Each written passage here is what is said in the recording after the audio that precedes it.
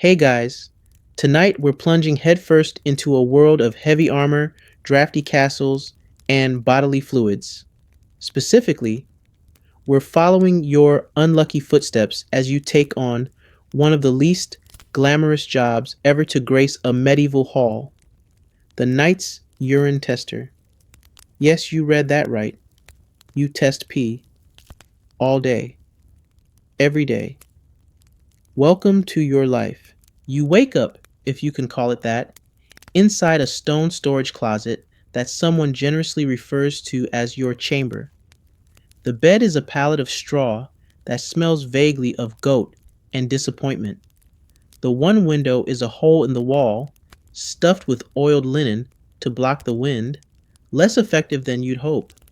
You shift under your itchy wool blanket, already bracing for the cold stone floor on your bare feet. You can hear the castle stirring, boots on flagstone, hens complaining somewhere near the kitchen, and the ominous clank of armor being strapped onto someone with more power and less self awareness than a hungry bear in plate mail. And then the bell. Your bell. Not the morning prayer bell. Not the meal bell.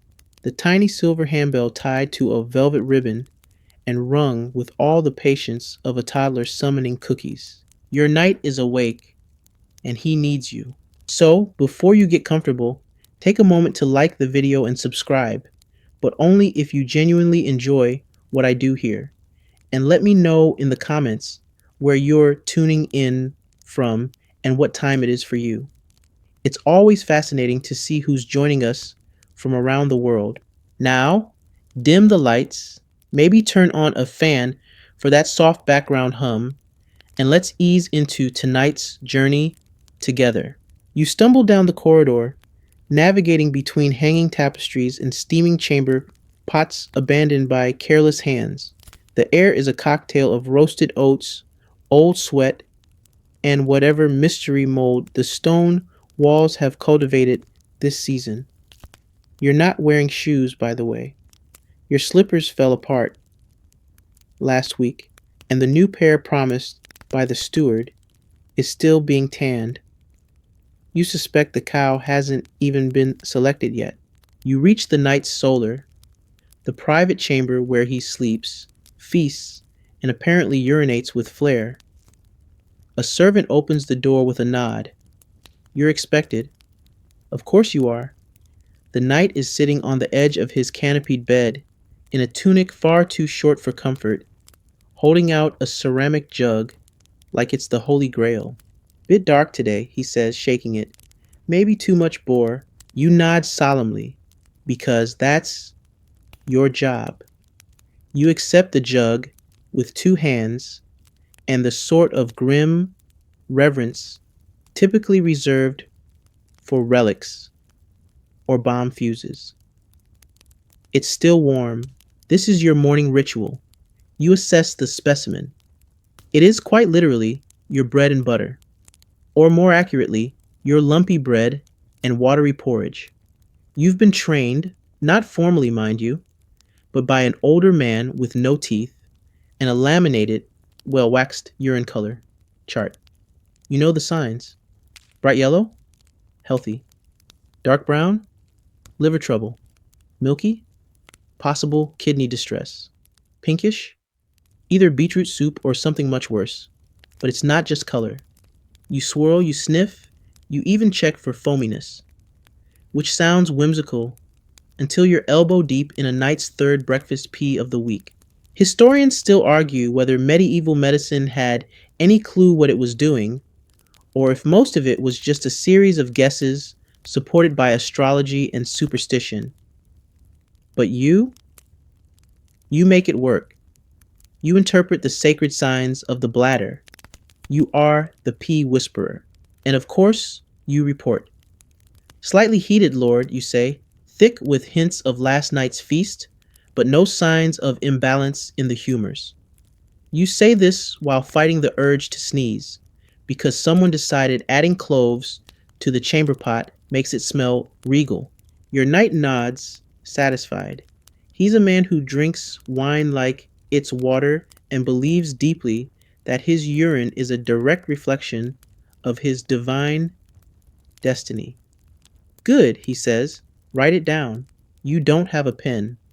You don't have parchment. You don't even have a table. But you pretend to jot it in your invisible journal because objecting leads to lectures, or worse, storytelling. And no one wants to hear how he once vanquished 3 Normans and a cold with the same sword. You excuse yourself and carefully carry the jug to the latrine chute. On the way, you pass a monk, a page boy, and a suspiciously smug looking dog. None of them make eye contact. No one does with the urine tester. You're like the castle's dark secret, essential, unspoken, and faintly aromatic. And here's the kicker. You used to dream of being a knight. You thought you'd swing a sword, ride a horse, woo a lady, but no. The universe had a different plan. You, dear friend, will become the unsung hero of castle healthcare, the human barometer of noble digestion. At the chute, you pour the contents into the abyss and whisper a small apology to the moat. Some days, you swear it bubbles back. Back in your quarters, you sit on the edge of your straw pile and stare at the spoon. Yes, you own a spoon that has never seen food. It's for stirring, poking, separating layers. You once used it to chase away a rat. It squeaked like it knew your whole life story. You have 4 more nobles to attend before noon, each one with their own pot, their own beliefs, and their own digestive choices. One swears by garlic soaked honey, another drinks fermented mare's milk. You dread Thursdays. You change tunics, splash your face with water that might have once been fresh, and say a small prayer to Saint Liborius, patron saint of bladder issues. You still have hope, faint, soggy, mildly scented hope that someday your knight might gift you a day off. Spoiler, he won't. You shuffle into the lower courtyard, still shaking a bit from your earlier analysis, when a stable boy nearly barrels into you with a load of hay and an apology so breathless it sounds like a sneeze. You nod. You're used to being invisible. Pea people don't command attention. The sun isn't up yet, but the castle is wide awake, clinking, clanking, coughing, and yelling. You slip past the kitchen door where someone is already arguing with a chicken, then duck into a side corridor and find your way to your second appointment of the day, Lady Marguerite. Now, don't get excited. She's 62, has the lungs of a tavern shouter, and believes firmly that her health depends on daily sampling. A fancy way of saying she hands you a pot every morning and expects you to treat it like sacred wine. You knock once, pause, then enter. The chamber smells like lavender, wilted apples, and something that makes your eyes water. Lady Marguerite is already sitting upright, arms folded, chamber pot perched like a trophy beside her. It's pale today, she says, narrowing her eyes. I blame the fennel. My bones hate fennel. You bow and approach. It's your job to nod like this. All makes sense. And it kind of does. You've learned a strange truth. In the medieval world, urine isn't just waste, it's wisdom. People believe the body's 4 humors, blood, yellow bile, black bile, and phlegm, could all be interpreted by what came out. A rich golden hue, excess color.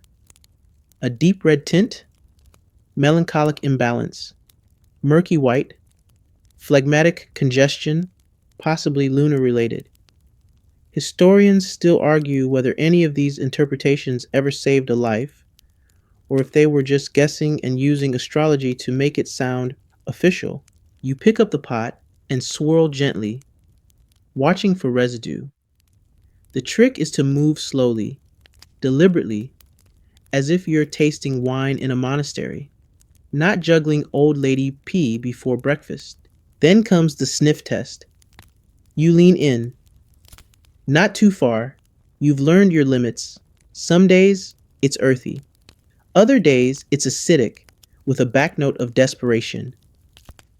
Today, fennel. She wasn't wrong. You mutter your findings. Something about warmth and clarity, and the moons being in favorable alignment. She seems pleased. Good. Then no bleeding of the leeches today. You thank the heavens.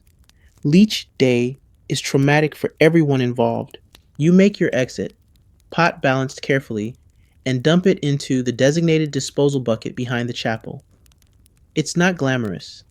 Nothing you do is. But you're starting to understand something. You're important. No, really.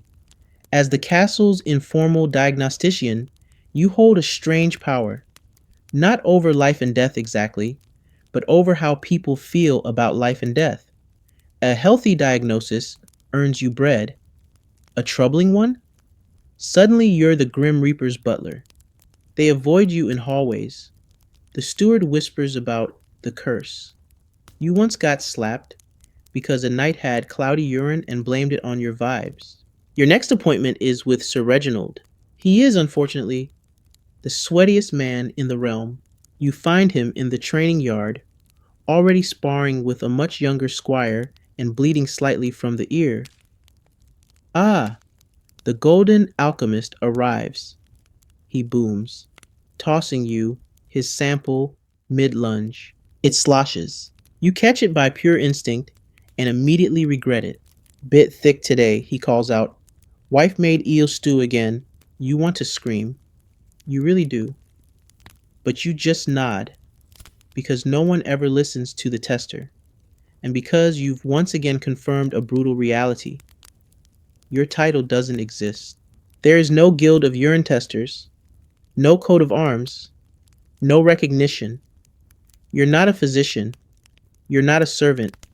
You live in the weird purgatory between essential and replaceable, but you are relied upon. Sir Reginald expects your verdict before he mounts his horse, so you squat near the edge of the practice pit, flick the pot gently, and give it a professional whiff. It's intense. Notes of onion, overcooked eel, and something that makes your eyes twitch. Warm and robust, you lie. Your humors are energetic. He grins and gallops off, probably to terrify another neighboring village in the name of jousting practice. You exhale. You're safe, for now. One quirky thing you've learned in this job. Medieval people genuinely believed urine could predict fate. If a knight had a bad reading before battle, some would cancel the campaign. Others would double their prayers. One once shaved his entire body and burned it, thinking the pea told him he was haunted by heat demons. That was a weird month. And then there's you. You who has tasted none of the glory, but smelled all the consequences. You who has memorized what happens to noblemen's urine after a night of mulled wine, salted lamprey, and questionable mushrooms. You who dreams literally of rivers and chambers and giant talking bladders some nights. The mid-morning sun creeps over the courtyard. You have 4 more pots to fetch before lunch. The castle cat watches you as you pass, with the kind of judgment only a feline can deliver.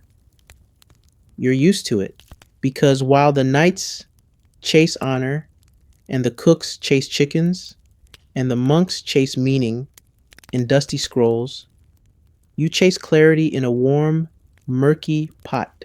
You barely have time to wash your hands, if dabbing your fingertips with tepid herb water counts, before you're summoned again. The bell rings from the south wing, a sharp, impatient jingle. That can only mean one thing. Sir Aldrich. A night famed for two things: battlefield glory and a bladder with the urgency of a goose. You scurry past a tapestry of St. George slaying a dragon, which now feels more like a metaphor for your workday, and arrive at his chamber. The door is already open. He's pacing, holding the chamber pot like it might detonate. Finally, he says, thrusting the vessel at you like a diplomat handing over a cursed relic. It's thicker than usual. Felt it leave with a thump. You make a mental note to skip lunch. You cradle the pot with the solemnity it somehow deserves. It's still warm.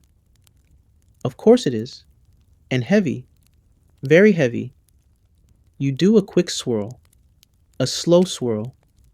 You hold it up to the sunlight filtering through a thin, grimy window and pretend that makes any real difference. Sir Aldrich is staring at you. Is it bad? He asks, brows furrowed. Here's the thing about your job, your life. It's as much about performance as it is about observation. You must look wise, pensive, slightly worried, but not alarmed. Your eyebrows are doing all the heavy lifting. You sniff. It's a full bouquet. Ale, anxiety, and regret. With a hint of garlic. Always garlic. Bold, you say finally, but not dangerous. You may have expelled some inner heat, likely from battle tension. The humors are aligning. Slowly, he exhales. I knew it.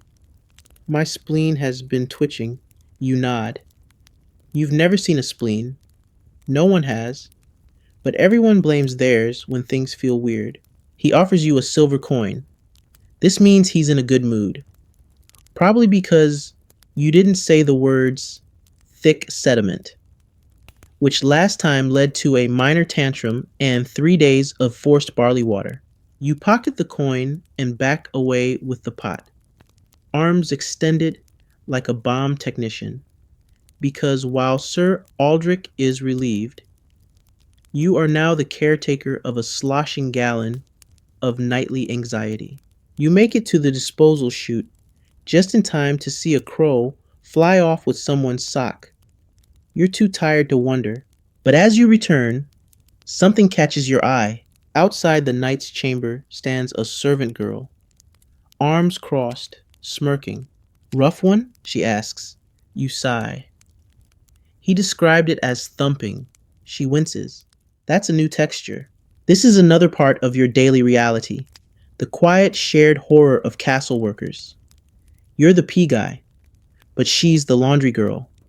She's seen things. Things no fabric should see. You share a glance of solidarity, the medieval equivalent of a support group handshake, and part ways without another word. Your stomach growls. It's not quite lunch, but your body's on its own schedule. The last piece of bread you ate was 2 days old and had a personality. But hunger can wait, because it's time for the mid-morning sample. You return to your night's solar, where he's now sitting shirtless in a sunbeam, eating cold mutton with his fingers and humming an off-key war chant. He sees you and points to a fresh pot. Needed to double check, he says. It felt different. You wonder how many times a person can urinate before they become a human fountain. But you collect the pot. This one's lighter and oddly clearer. You perform the usual checks, this time noting the layering. In medieval uroscopy, layers were significant. A floating oil-like film? Too much bile.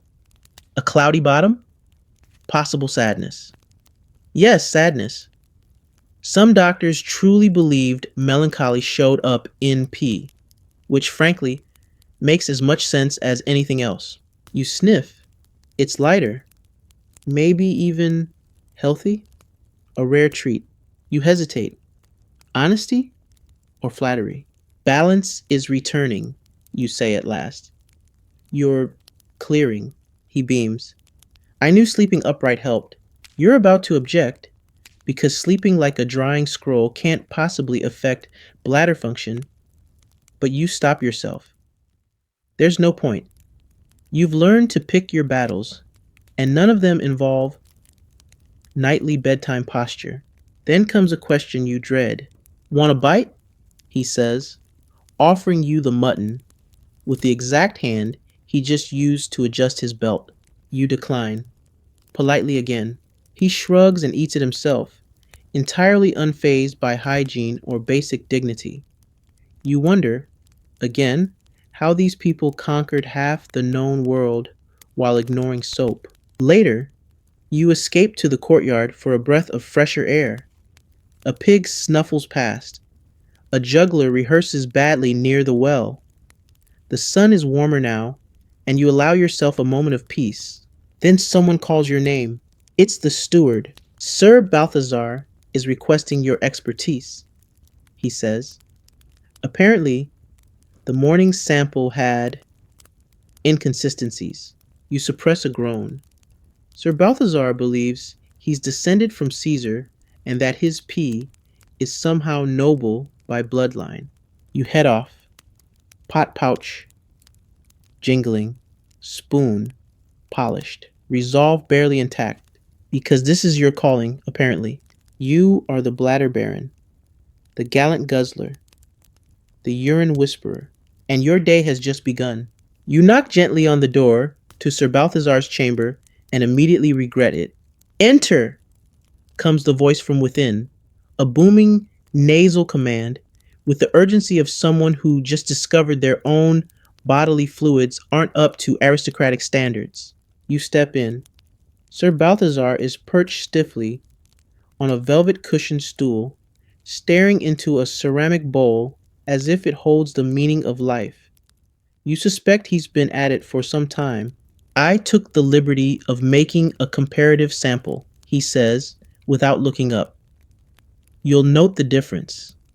Yesterday's was amber. Today's is, dare I say it, ochre. Possibly even burnt ochre. You blink. The man speaks of urine like a Renaissance painter selecting pigments. He finally looks up. Diagnose me. There it is. The demand wrapped in pomp. He gestures at the pot like a conjurer presenting his final trick. You walk over and peer in. Yep, it's pea. And yes, it's slightly darker than yesterday. Assuming you remember yesterday correctly, which you absolutely do not, because you analyze between 6 to 12 samples a day, and they all blend together in your brain like a lukewarm soup of memory. Still, you must proceed, because this is your profession, and you, noble tester of the streams, take pride in your craft. You swirl. Carefully, just enough to observe the movement, the viscosity. You give it a brief sniff. Nothing aggressive, just a flirtation with the rim. The scent is complex. There's something sharp and meaty, like roast goose left too long near the fire, possibly turnips. You lean back, robust, you say, suggestive of inner heat, perhaps a reaction to last night's consumption. Only had roast cabbage and a bit of spiced ale, he replies, then hesitates, and the apricot tart, and the midnight eel. You nod. Yes, it could be eel-related, he sighs, as if you've confirmed his deepest fears. Here's the historical bit. In medieval medicine, urine was the diagnostic king. Bloodletting was dramatic and dangerous. Feeling pulses required training. But urine was accessible, abundant, and according to medieval thought, directly reflective of the balance or imbalance of the four humors.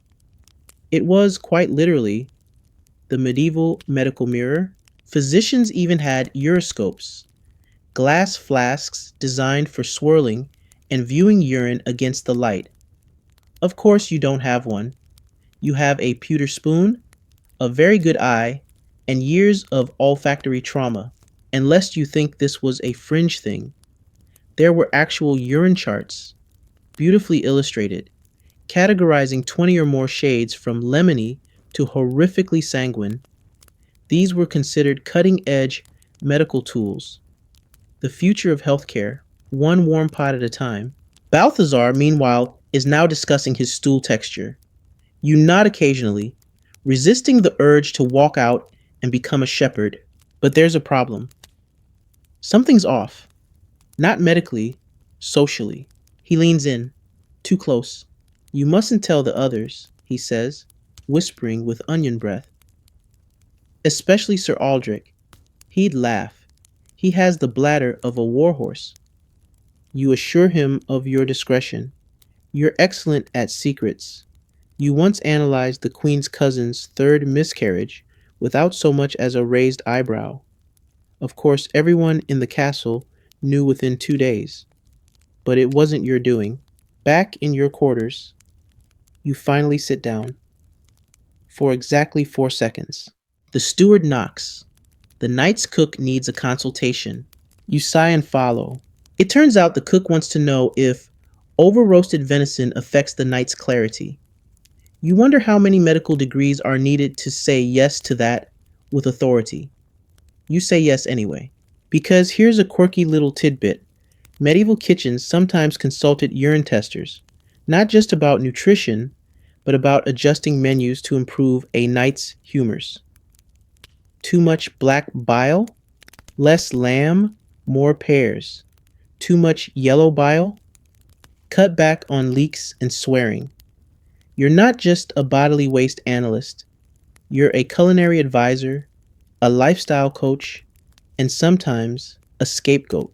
The cook thanks you by tossing you the world's hardest biscuit. It bounces off your chest like a training mace. You chew it anyway. Afternoon is settling in. The air is warmer. The castle smells slightly less terrible, though that might just be because your nose has given up. You walk through the herb garden, passing a monk with a basket of leeches and a pig wearing a flower crown. No one explains either. Then you hear it, the bell. Your knight is summoning you again. You head back inside. This time he looks nervous.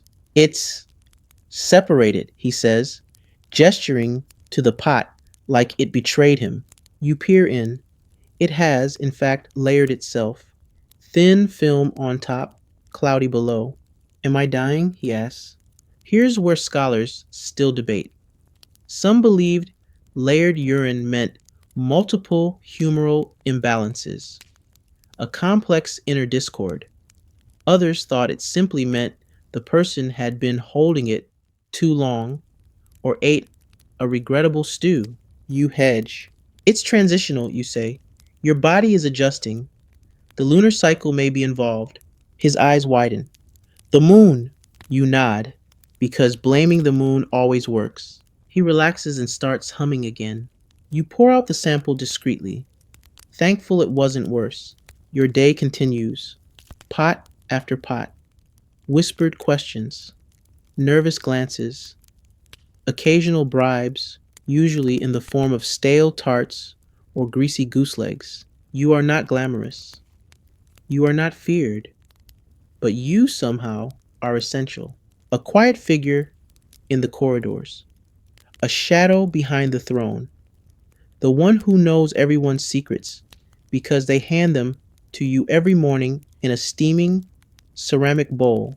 You are halfway through a barley loaf. Dry, tough, possibly used as a doorstop in a previous life, when the bells ring again. Not your night this time. This is the big one. The castle summons. You freeze mid-bite.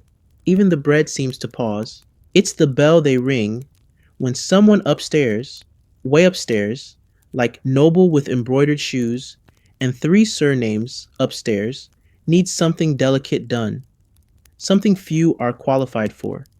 Something nobody wants. You swallow with effort. Crumbs scrape your throat like sand. A page boy appears in the doorway before you even rise. The Duchess requests your services.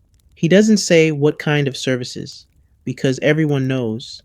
He looks at you the way someone might look at a man condemned to scrub a dragon's backside. You sigh, brush off the crumbs, grab your spoon, your notes, and your best face of reverent neutrality. This is not a time for jokes. This is not a time to mention yesterday's suspicious smear sample from Sir Reginald. This is politics in liquid form. You make your way to the upper chambers, past silk tapestries and the occasional guard trying very hard not to make eye contact. The air smells different up here. Less garlic, more perfume and waxed floors. You worry your shoes, or lack thereof, might be leaving impressions. A maid opens the door with solemnity. She awaits. Inside, the Duchess reclines on a velvet settee that has more cushioning than your entire bedroom. She is serene, regal, and visibly annoyed. The color is wrong, she says before you even bow. You're handed the vessel. It's dainty. It has roses painted on it. The urine inside swirls softly, pale and slightly cloudy. You adjust your posture. Hold it to the light, pouring in from a stained glass window depicting Saint Benedict, looking mildly appalled. You swirl, you sniff, you survive. Too pale, she repeats. Do you think it's nerves? My cousin had a pale stream and died of spleen wilting. You hum thoughtfully. That's not a real condition, but you nod anyway, because you know what she needs isn't just a diagnosis. It's reassurance in fancy vocabulary. Possibly an excess of phlegm, my lady, you say. A cooling of the inner fire, often linked to betrayal, she interrupts. You pause. There it is, the real issue. She's not worried about her health. She's worried about the knight she thinks has been visiting her lady-in-waiting and possibly draining her essence. You didn't make that phrase up. Someone once said that to your face with full seriousness. Betrayal can manifest as thinning of the vital waters, you say deadpan. She clasps her chest. I knew it. She gives you a ring. Not for keeps, but to take it to the almoner and request a tonic.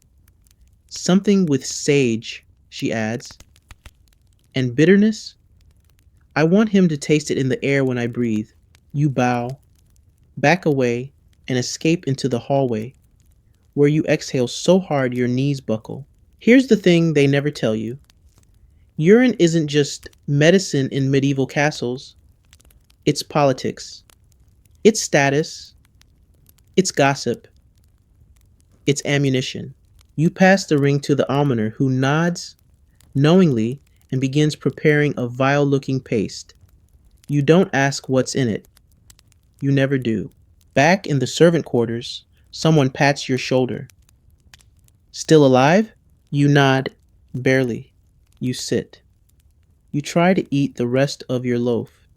It has only grown harder. You consider using it to patch a crack in the wall. Then, with perfect timing, one of the squires walks in, looking guilty. My knight wants to know if he's, too dry. You blink. He hasn't gone. In 2 days. You groan. Here it comes. The constipation circuit.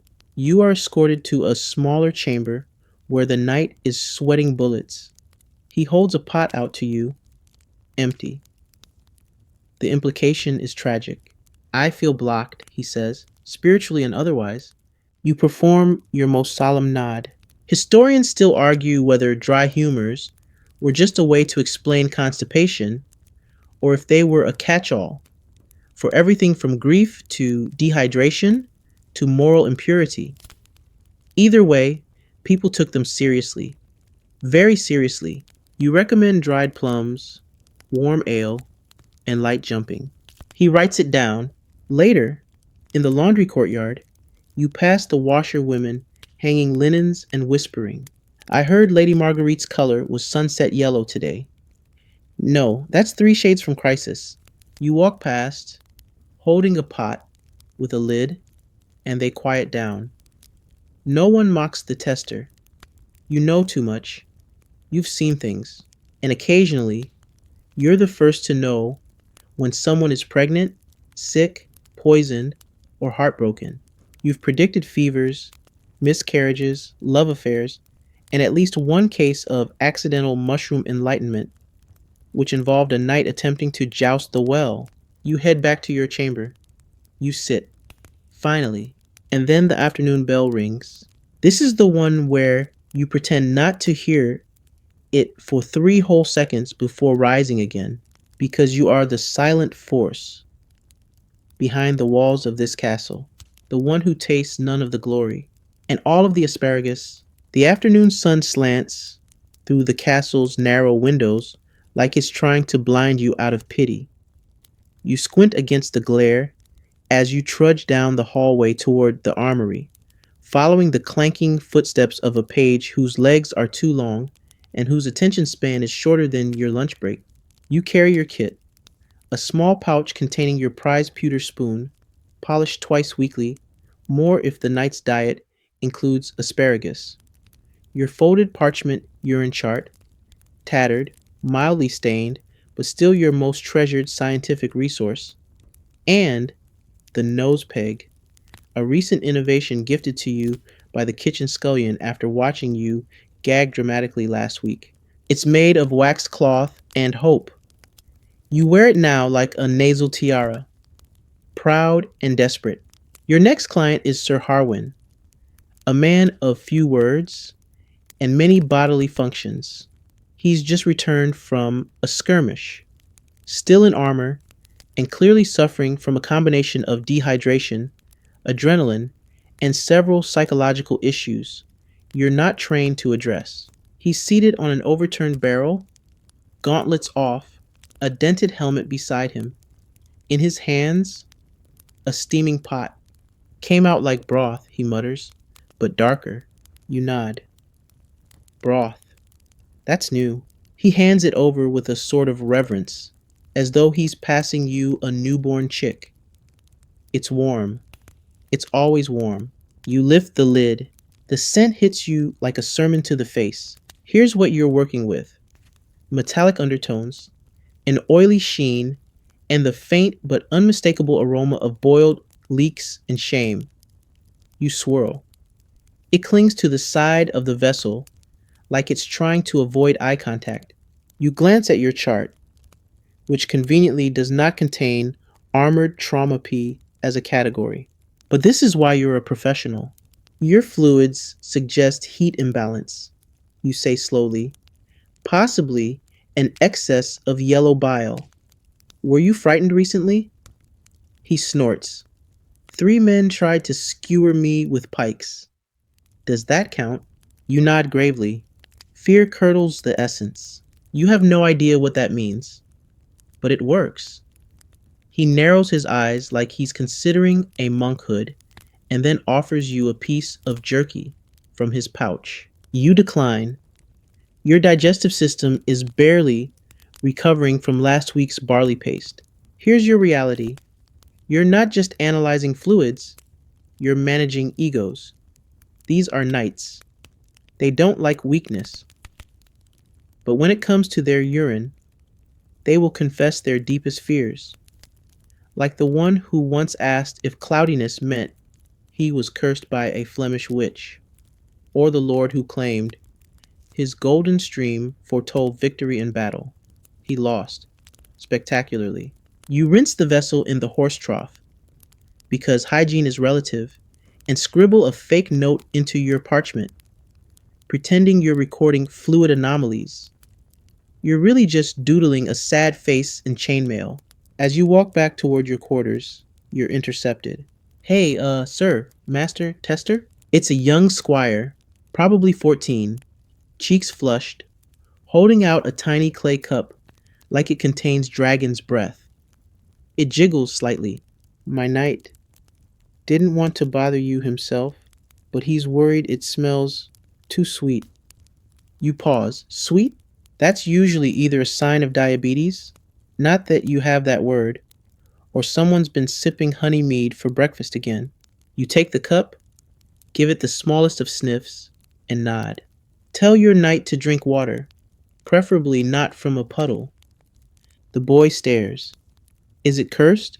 No, you say, it's sticky. He runs off, reassured. You stand there holding a tiny cup of medieval Capri Sun and wonder how this became your life. Time for a brief inventory check. You reach your chamber, if one can call it that, and lay out your tools like a knight polishing his blade. Pewter spoon, bent, dulled, dependable. Urine wheel, showing 20 colors, ranging from sunlit joy to death approaches. Pouch of herbs, for masking smell when diplomacy is needed. Nose peg, increasingly essential. Chalk, for writing do not tip on filled vessels left outside. These are your weapons, your armor, your dignity, cobbled together with twine and stubbornness. And yet, you've come to appreciate the ritual of it all. There's something meditative about the process. Swirl, observe, inhale, interpret. It's absurd, yes, but it's also a strange form of truth. People lie, bodies don't. At least not well. You think of the time you caught a knight faking his illness to avoid battle, adding ashes to his own pot.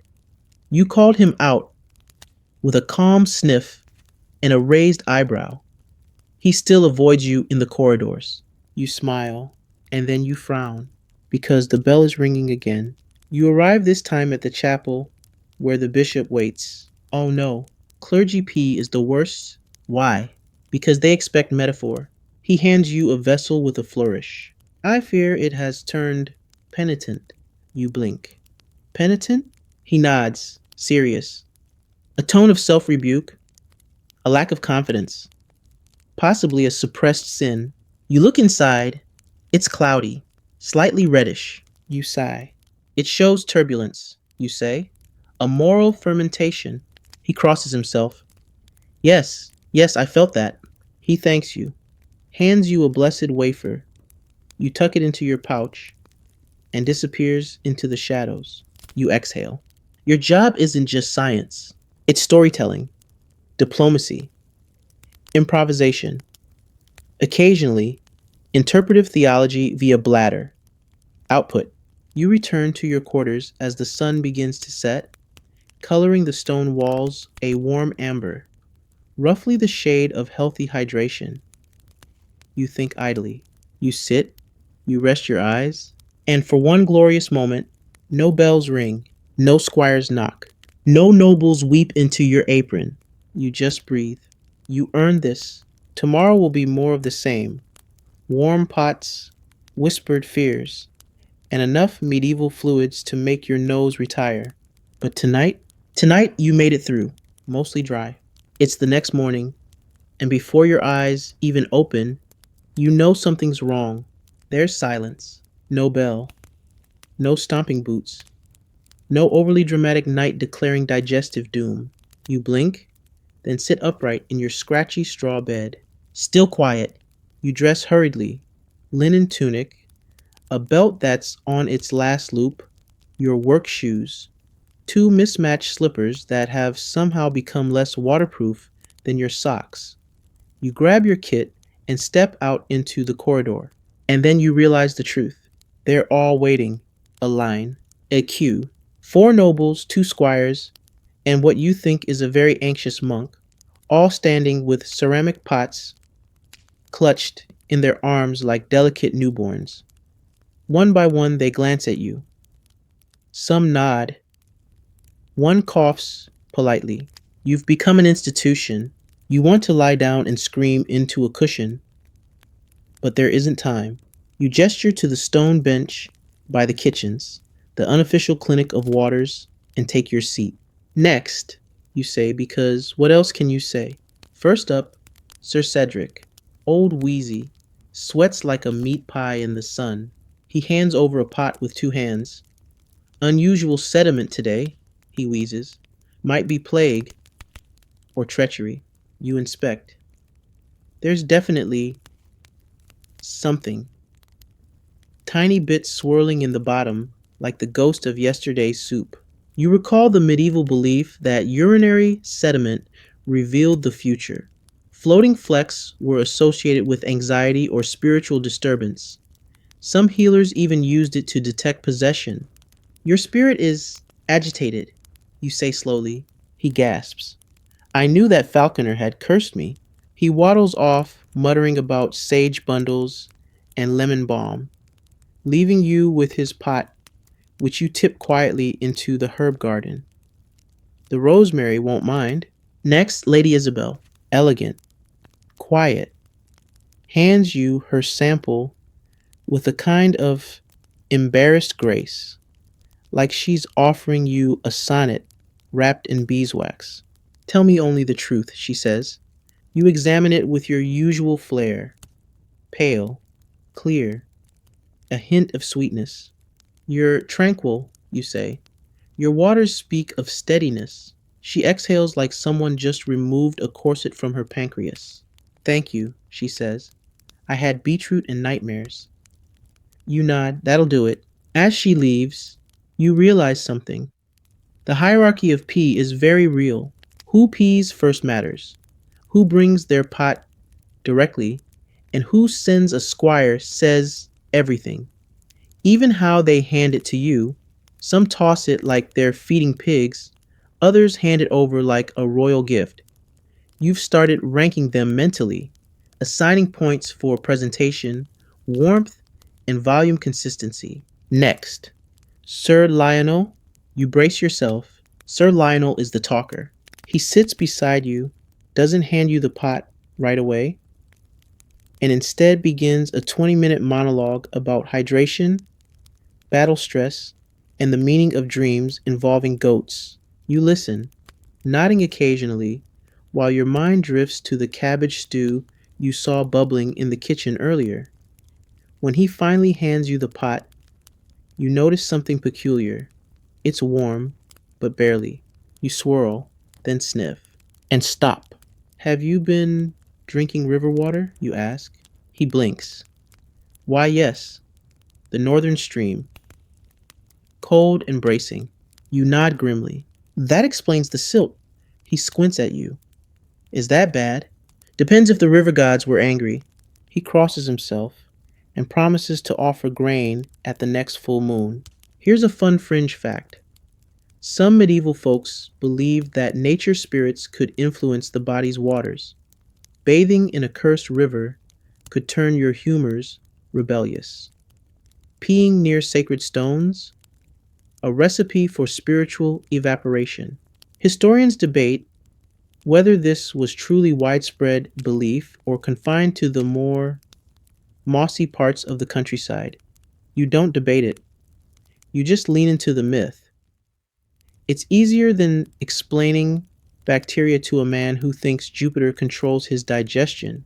By mid-morning, you've seen 7 samples, 2 very pale squires, and 1 runaway pig.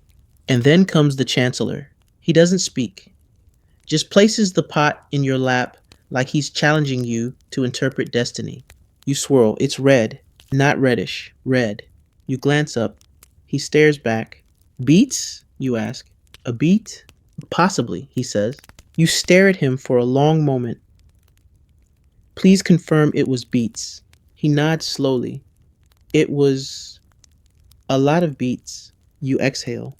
The beetroot phenomenon strikes again. For some reason, the noble class refuses to accept that bright vegetables stain bodily fluids. Every few weeks, someone comes to you, convinced they're hemorrhaging from the soul. You write beat alarm again on your parchment and move on.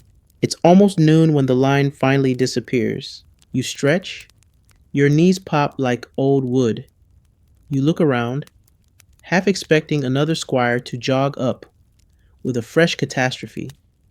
But no, silence. Finally, you head to the kitchen, where a sympathetic cook gives you a bowl of stew and a spoon that's only mildly bent. You sit in the shade, exhaling into your bowl, eating slowly, savoring the rare feeling of being off duty. But even as you chew, your mind is cataloging, pale with sediment, dehydration, plus anxiety. Thick and frothy, ale and ego.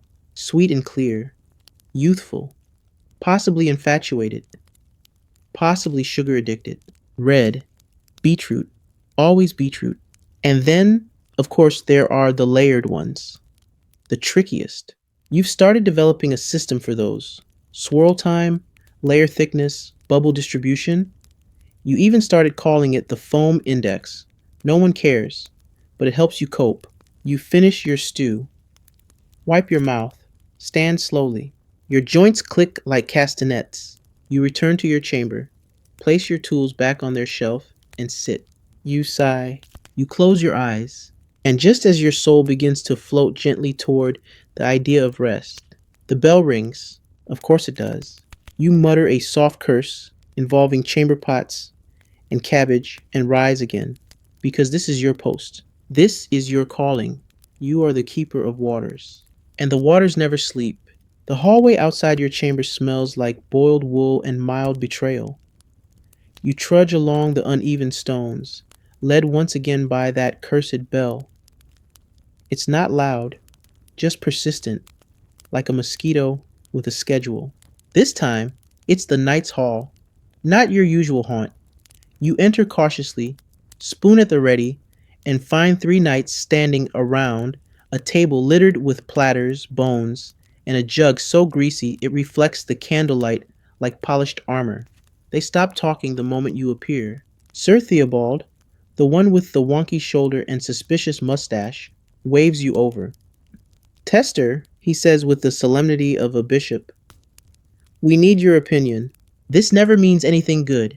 You're shown to a chair. You don't sit. A fresh pot is produced. No ceremony, no introductions.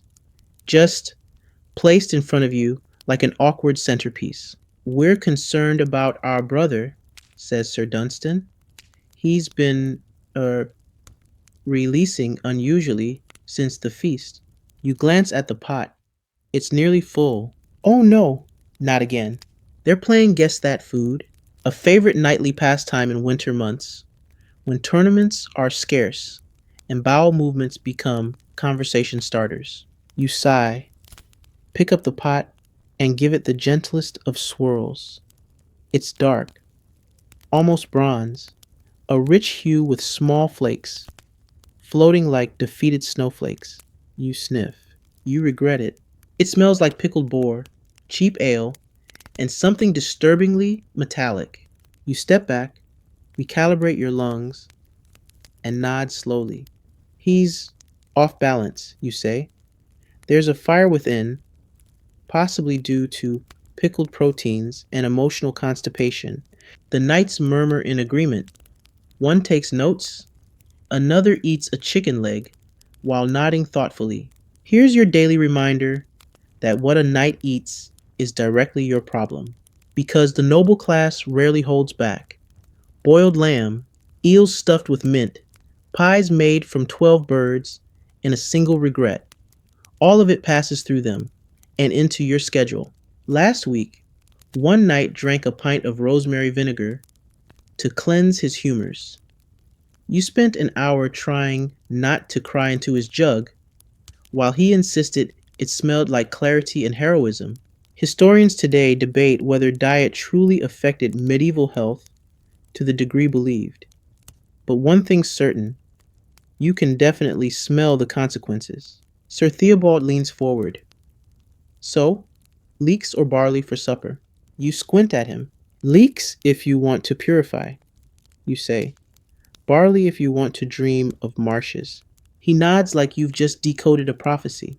You gather your things, dump the pot discreetly into a bucket behind a curtain, and flee before someone asks you to predict the weather based on cloud patterns in urine foam. You head back to your hallway, but a familiar figure blocks your path. Sir Armand. He's leaning against the wall with the smugness of someone who owns 3 capes and no socks. He beckons. I've been noticing a scent, he says. You brace for impact.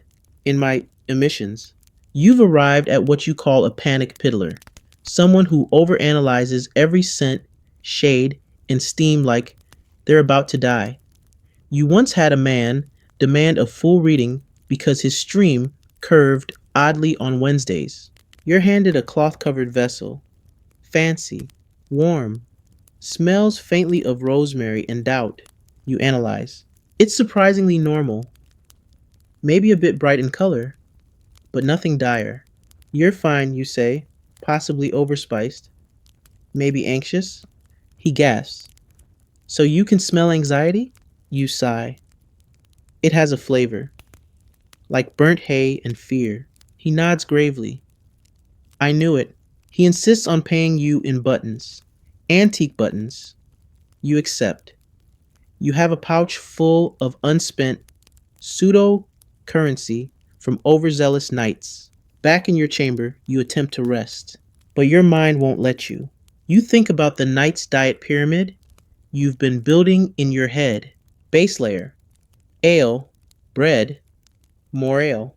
Middle, meat. Any meat. Doubled if it's been roasted with cheese. Top, pickled things. Always pickled things. Bonus for spices with no known origin. Each level affects you directly. Too much ale, frothy samples, too much meat, sticky sediment, too many pickles. You don't talk about what happens with pickles. You remember one lord whose chamber pot emitted steam. In July, you tried to express concern. He said it meant the inner forge was strong. He died 3 weeks later from what the monk politely called intestinal arrogance. You check your chart again. The color wheel of waterworks is your prize tool, hand drawn. The yellows alone have 12 shades, from sunny optimism to regretful yoke. The browns, 5 of those, each more alarming than the last. You keep a separate section for rainbow anomalies. That's not a joke. Once, a squire brought you a pot that was blue, not cloudy, not tinted, blue. No one knows why. Scholars have speculated everything from copper poisoning to dye accidents to divine punishment. You never found out. The knight left the next day and joined a monastery in silence. But that image haunts you still. You're shaken from the memory by the arrival of the twins, Sir Odo and Sir Alain. They share everything, including their need to synchronize fluid inspections. They hand you 2 pots, identical. They ask you to guess whose is whose. You pause, swirl both. One has more bubbles. One smells faintly of honey. You point. Alain. He claps. Ha. I knew I was the frothier twin. You hand back the pots. You regret your involvement. You close your door and pray, because you've realized something deeper. The knight's diet isn't just your problem, it's your destiny. What they consume defines your day. Their choices ripple through the castle and into your nostrils, your schedule, your dreams. You are not just a tester. You are the last line of defense between a roasted goose and a tragic misunderstanding about internal demons. And you will carry on, spooned, sniffed, and slightly singed. It's barely dawn, and already the castle is humming like an overworked beehive with questionable plumbing. You rise from your nest of straw, bones clicking softly like a bag of old buttons. You dress by muscle, memory. Tunic, belt, pouch of tools. You pause to sniff your own armpit. Still better than Sir Dunstan's morning sample from 3 days ago. So you consider that a win. Today starts with a summons from the East Tower, always a dramatic location, home to noblemen who believe modesty is for peasants and boundaries are for battlements. You trudge up the spiral staircase, each step reminding you that you are not built for cardio, and enter the solar where Lord Wulfric awaits. He's sprawled across a couch, wrapped in fur, staring at you like you're late for something he hasn't scheduled. I've noticed a funk, he says, dragging out the word like it's a French cheese. You nod. In your waters? He shrugs. In life. Oh boy. He points to a vessel on the windowsill. It's already steaming in the sunlight, A ceramic beacon of mystery and mild panic. You pick it up. It's cloudy, slightly viscous, smells like someone boiled despair with a ham bone. You go through the motions, swirl, observe, sniff, suppress commentary. Then you give him the official diagnosis. Your humors are mildly unaligned, possibly emotional, possibly dietary, possibly both. He nods as if he suspected betrayal by his own bladder. You try to leave, but he waves you back. Do people talk about my scent? You blink. Not in my hearing, which is technically true. He leans in, whispering, is it common to smell like nettles and regret? You sigh. Here's a truth few dare speak aloud. Public health was personal humiliation in the medieval world. There were no HIPAA regulations in a castle, no privacy screens. If your pee smelled odd, if your chamber pot overflowed, if your stream made a strange paddle sound, it was everybody's business. And people gossiped, especially servants, especially when they had to empty the pots. You assure Lord Wulfric that he is, by all accounts, within expected range. He hands you a plum and waves you away. You don't eat the plum. You haven't trusted fruit since the worm wine incident of last spring. As you return to the corridor, you pass the chambermaid gauntlet. This is the worst part of your job. Because here, everyone's sniffing, but at you, they know where you've been. They know what you carry. They judge. You can hear their thoughts. Oh, there goes the night sniffer. Or, what shade of sick did he smell today? You nod politely. One maid covers her nose with a rag. Another offers you a sprig of lavender. You accept it. You consider taping it to your nostrils. You duck into a corner alcove to catch your breath. The walls smell like damp linen and panic. And then, a voice behind you. Psst. You turn. It's young Edith, the steward's daughter.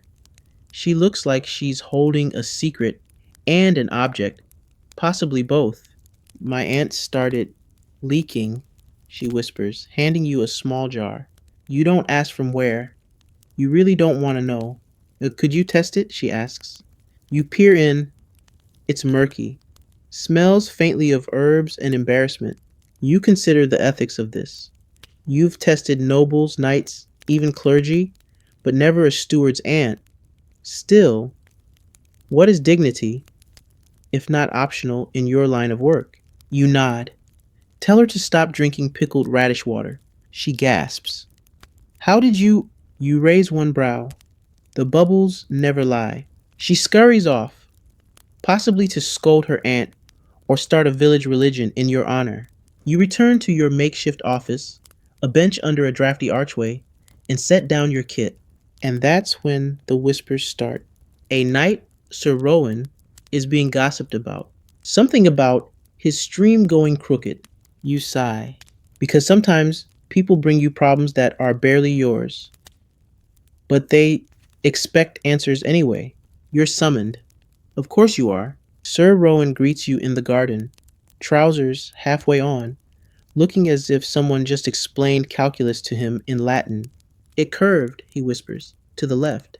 You blink. How far left? He demonstrates using a twig and a flower pot. You nod solemnly. Likely emotional, you say, or possibly barometric. He pales. Is it fatal? Only in duels. He nods as if that explains everything. The secret codes of the golden liquid are endless. You've memorized at least 24 symptoms that no one else considers real. Anxious foam, guilty streaks, sullen sediment, and of course, melancholy drizzle, a condition that strikes around harvest season and can only be treated with long walks and not thinking about goats. Historians today can't quite agree if medieval physicians actually believed all this, or if some of it was improvised to appease high-paying hypochondriacs. You have no doubt. It's both. You once saw a knight refuse to go to war because his stream hit a cobblestone and split in two. Said it was an omen. The commander agreed. The invasion was postponed, and people think modern medicine is stressful. The day winds down. Your pouch is heavier, not with gold, never gold, but buttons, walnuts, scented candles, one dead bee, and half a cheese. You've become the vessel confessor. People hand you pots and tell you their sins. You nod. You never repeat them, except maybe to the cat. The cat listens. The sun is low now, casting long shadows over the outer yard. You sit by the herb garden and watch a boy chase a goose that definitely has something to hide. You rest your head back against the wall and breathe, because today, like all days, you smelled more secrets than any soul should, and somehow you kept them all. The next morning, you awaken to the one sound that always makes your stomach drop: rapid knocking. Not bells, not distant footsteps. This is urgent knocking, the kind reserved for fires, famines, or truly bewildering bodily outputs. You roll off your straw pile, still tangled in your blanket like a half mummified toad, and open the door to a sweating page boy. Sir Godfrey requests your immediate presence, he pants. Something's wrong with his emissions. You're not even wearing shoes. You put on one, then the other. One's damp. You don't ask why. Sir Godfrey lives in the North Tower. You've been there once. It's cold, drafty, and smells like regret in chainmail.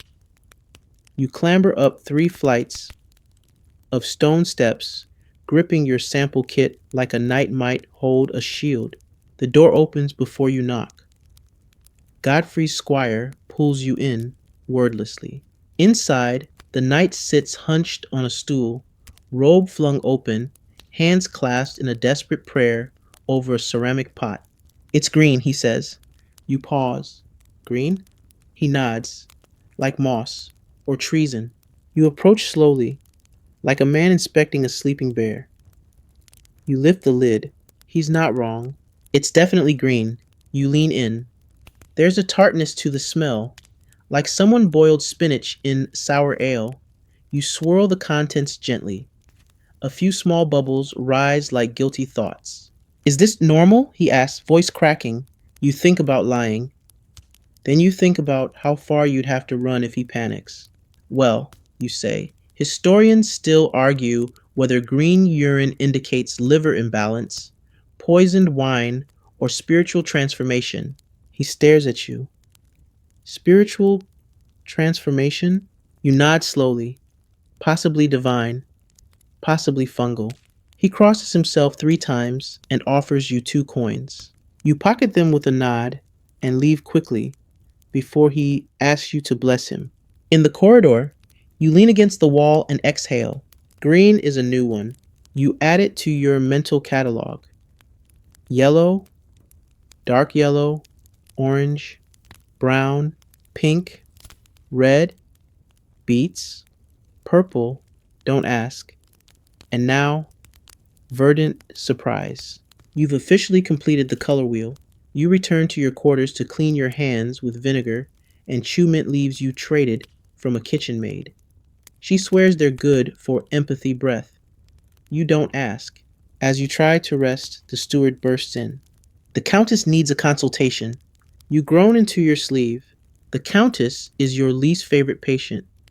Not because she's rude, though she is, but because she treats every test like a theatrical production. You arrive at her chamber to find incense burning, harp music playing, and 2 maids fanning her as if she's about to faint. She gestures dramatically at a golden-laced flask. I'm told it's too floral. You blink. In scent? In essence. You take the flask. It's warm, delicately cloudy, smells faintly of lavender and desperation. You swirl it. It lingers. Not a bad odor, just unusual. Like bath water that's been emotionally overused. You clear your throat. Your waters are delicate, you say, possibly influenced by emotional overstimulation. She gasps. The dream, of course. She recounts a vision she had the night before involving a white stag, her dead husband, and a piece of cheese shaped like France. She believes the dream has affected her liquid aura. You nod. The humors respond to the soul's unrest. She claps delightedly. You're given a ribbon as payment. Later, you tie it around your spoon for morale. And then, just as you settle for tea, made from boiled bark and wishful thinking, you're summoned to the stables. Stables. You stop mid sip. No one tests urine in the stables. You arrive to find a knight leaning against a stall, one boot off, holding a chamber pot and crying softly. I think the horse did something to me, he whispers. You sigh. He's got a fever. You can tell instantly. Glossy eyes, pale skin, unsteady legs, and the sample? Bright yellow, nearly glowing, almost celebratory. You look at the horse. The horse looks at you. You both understand that this is not the horse's fault. You inform the knight it's heat imbalance and too much wine. He hugs you. You accept it like a wet cloak. This is your role.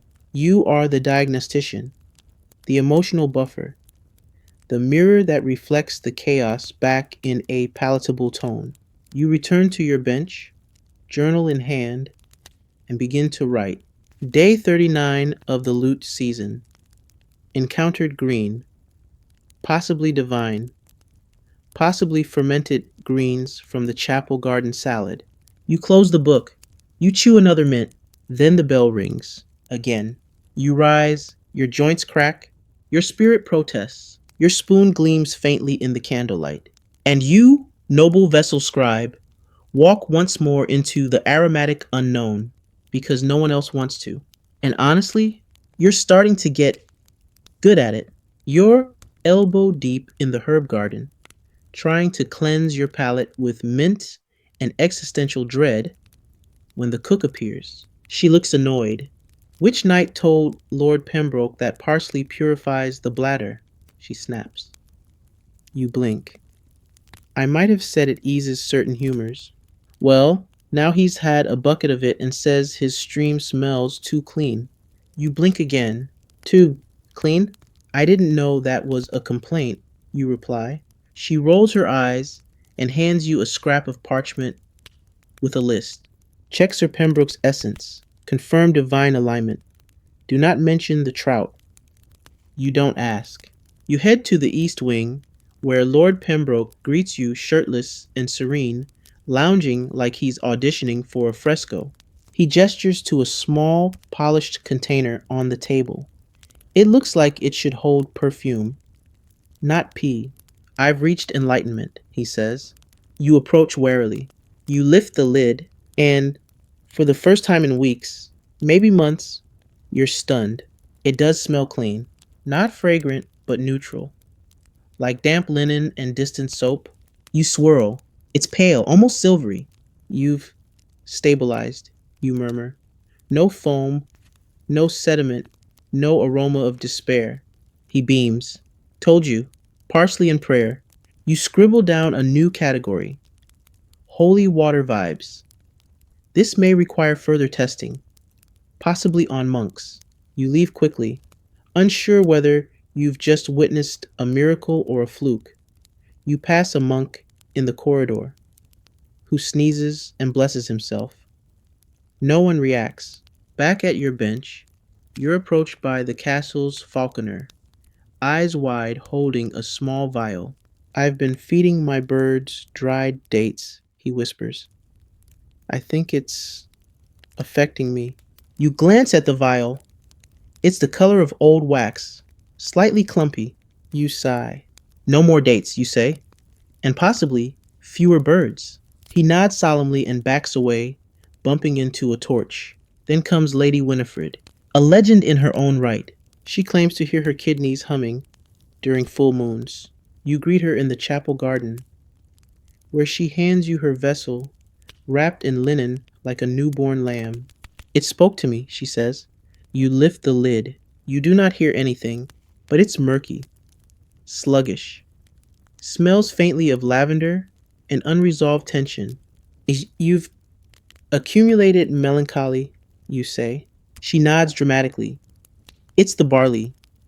And my second husband. You prescribe lemon balm tea and fewer memories. She blesses you and leaves a coin wrapped in hair ribbon. You keep the ribbon. You don't ask about the coin.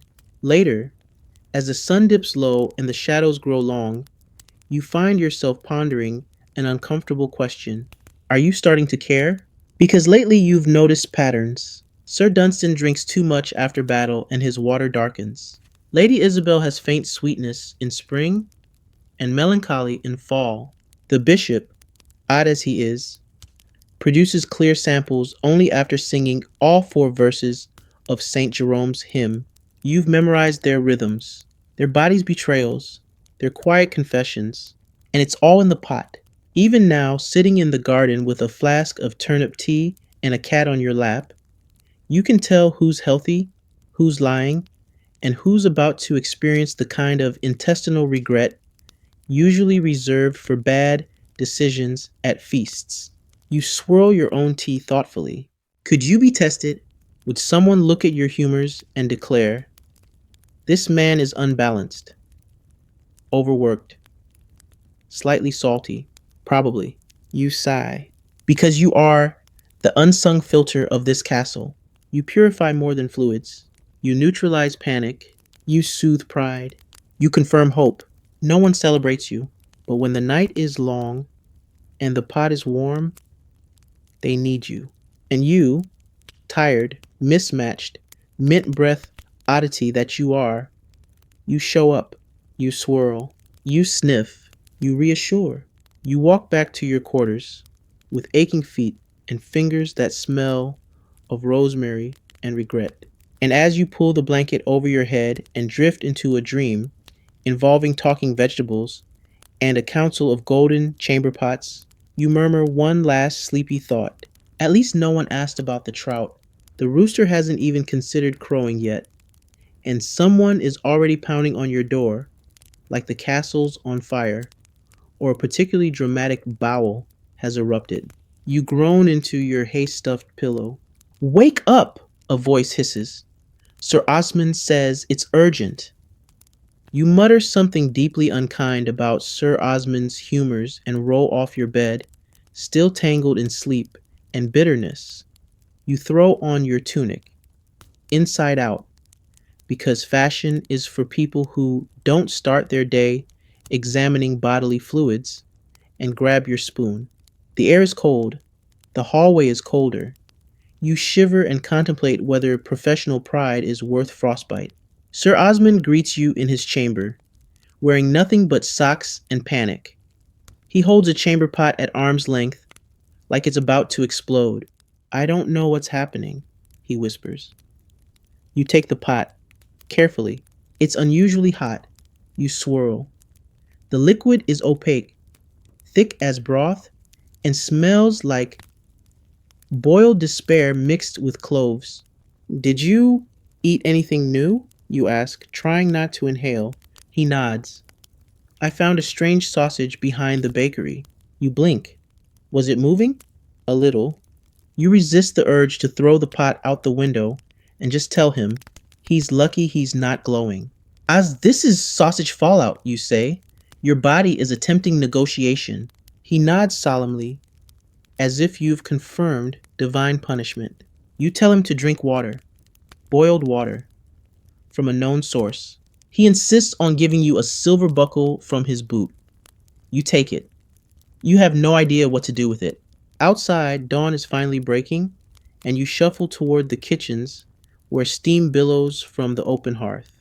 The cook is already awake and muttering about pheasant heads and missed deliveries. You ask for tea. She gives you something vaguely brown and hot. You drink it. It could be bark. It could be hope. Before you finish, another squire appears, holding a vessel and looking like he's seen a ghost. Sir Percival's flow stopped. You stare. Stopped? He nods. He said it sputtered, then whistled. Now he's frightened. You exhale deeply. You arrive to find Sir Percival in bed, clutching a pillow and sweating like a roasted turnip. It made a sound, he whispers. You inspect the sample. There's barely enough to swirl, thin, pale, with a few bubbles clinging like anxious barnacles. You sniff. It's faintly herbal. Have you been drinking the squire's potions again? You ask. He nods. For strength. You sigh. They're made of onions and lies. He covers his face with a blanket. You pat his shoulder. There's no curse, you say. Just your bladder trying to file a complaint. Historians still debate whether medieval flow interruptions were attributed to diet, stress, or supernatural meddling. Some swore demons could knot the urethra. Others believed sitting on cold stones was the culprit. You personally blame questionable sausages and chronic ego. On your way out, the steward stops you. You're needed in the infirmary. That's never good. You arrive to find a knight pale and unconscious, surrounded by worried faces. The healer waves you over and hands you a pot. Give me your thoughts. You examine it. It's dark. Very dark. Almost black. It smells like burnt leather and stale vinegar. You frown. This could be serious. His essence is scorched, you say. Overcooked. Possibly infected. They murmur. You suggest boiling nettles and applying warm compresses. You say it with confidence. You learned long ago that tone matters more than truth in these cases. They nod. You leave quickly before someone suggests bloodletting. Back in the corridor, a monk corners you. I believe my humors are stuck, he says, eyes wild. Stuck? Yes, I haven't released in 3 days. You blink. What have you eaten? Dust and parsnips and prayer. You recommend water and fewer parsnips and maybe a walk. He blesses you 3 times and gives you a feather. You add it to your pouch. You now carry 2 buttons, 1 ribbon, a silver buckle, 1 dead bee, and a feather. You are either a urine tester or a wandering bard collecting side quests. You finally find a bench, sit down, and close your eyes. And then you hear it, a distant clatter, a scream. Someone yells your name. You open your eyes. The castle alchemist is running toward you. You brace. Come quick, he shouts. We've had a color breach. You follow him to the alchemy wing, heart thudding. He shows you the pot. You stop. It's glowing. A faint, eerie glow. Soft green. Almost blue. Did you add anything? You ask. He nods, ashamed. Just a drop of mercury. You stare. Mercury isn't seasoning. I thought it might purify. You don't even respond. You just take the pot, walk outside, and bury it. Some samples were never meant to be seen again. As evening nears, you finally return to your chamber. Your bones ache. Your spoon is warm. Your fingers smell like vinegar and guilt. You lay down, and you wonder, not for the first time, why you didn't become a monk, or a beekeeper, or a mildly successful juggler. And then you smile, because deep down you know, no one else could have diagnosed sausage fallout. The sky is heavy with fog the next morning, and the castle feels like it's wearing a damp wool sock. Everything is quieter, muted.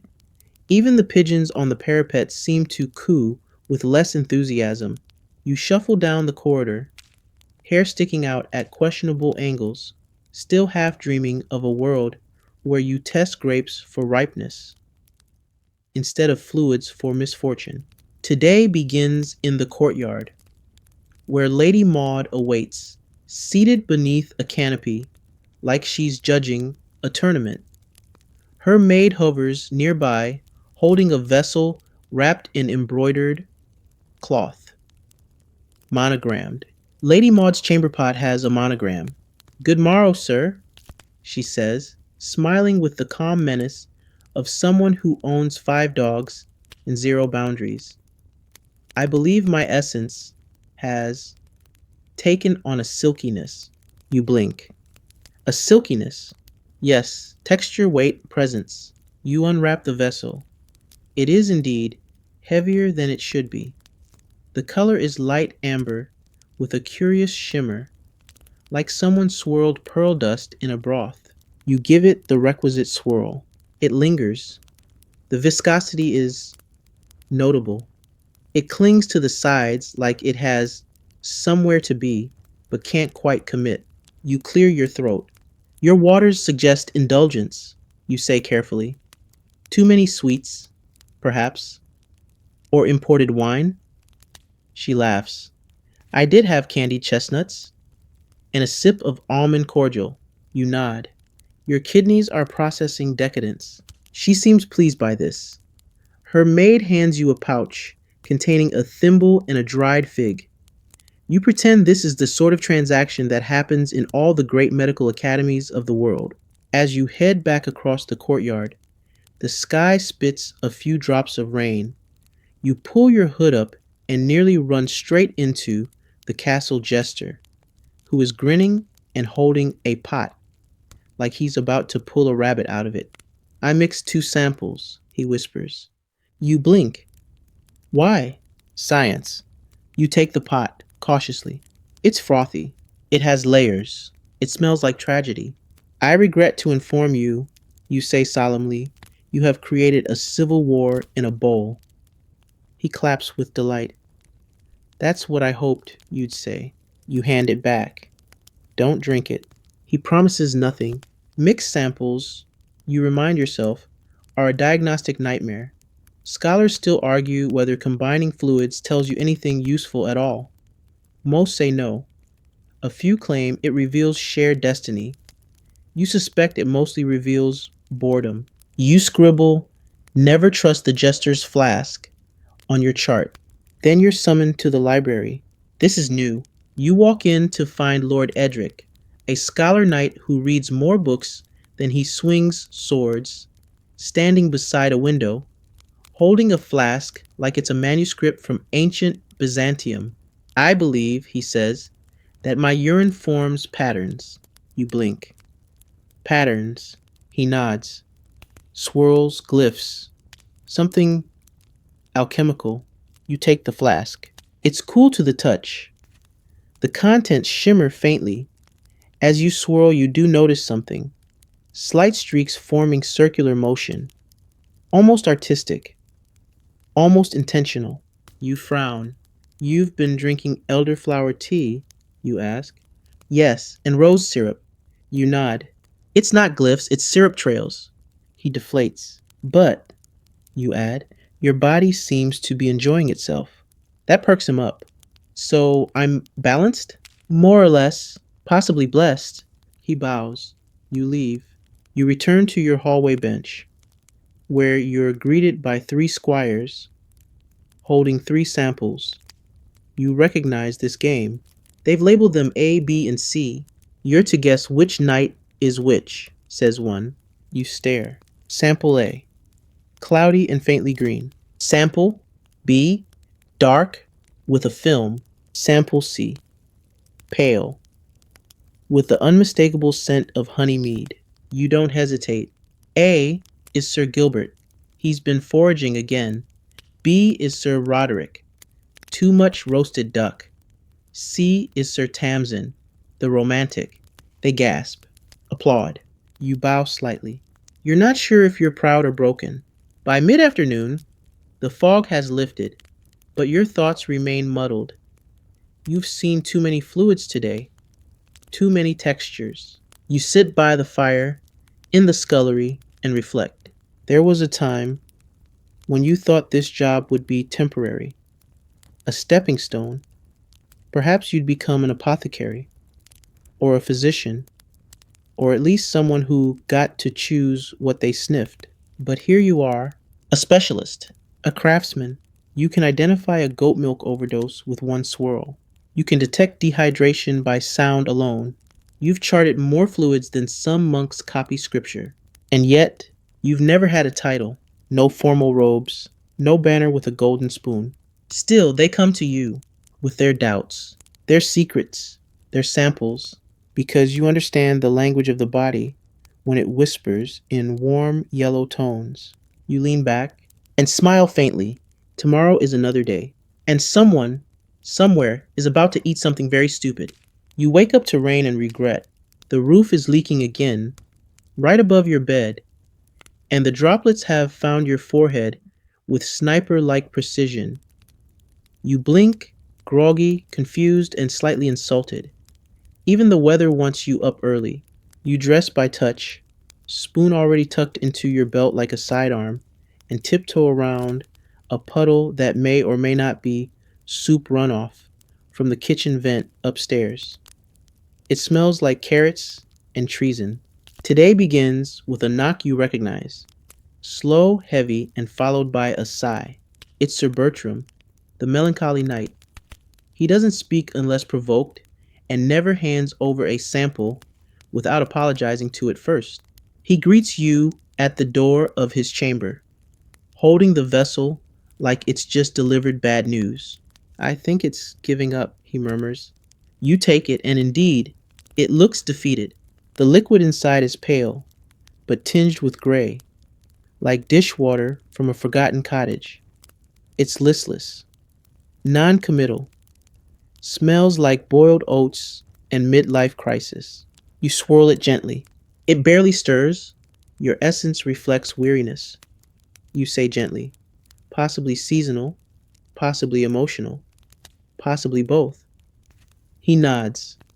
I walked past the graveyard this morning. The breeze whispered at me. You nod back. You don't tell him the breeze also whispered at you and smelled faintly of mildew and cooked cabbage. He gives you a poem he wrote about kidneys.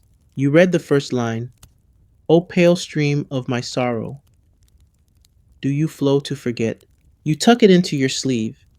You'll reread it when you need to cry or cleanse your sinuses. You're halfway back to your corner when the steward called you into the dining hall. Lord Mayor's delegation arrived early, he says. They brought questions. Of course they did. You enter the room to find three officials seated like judges.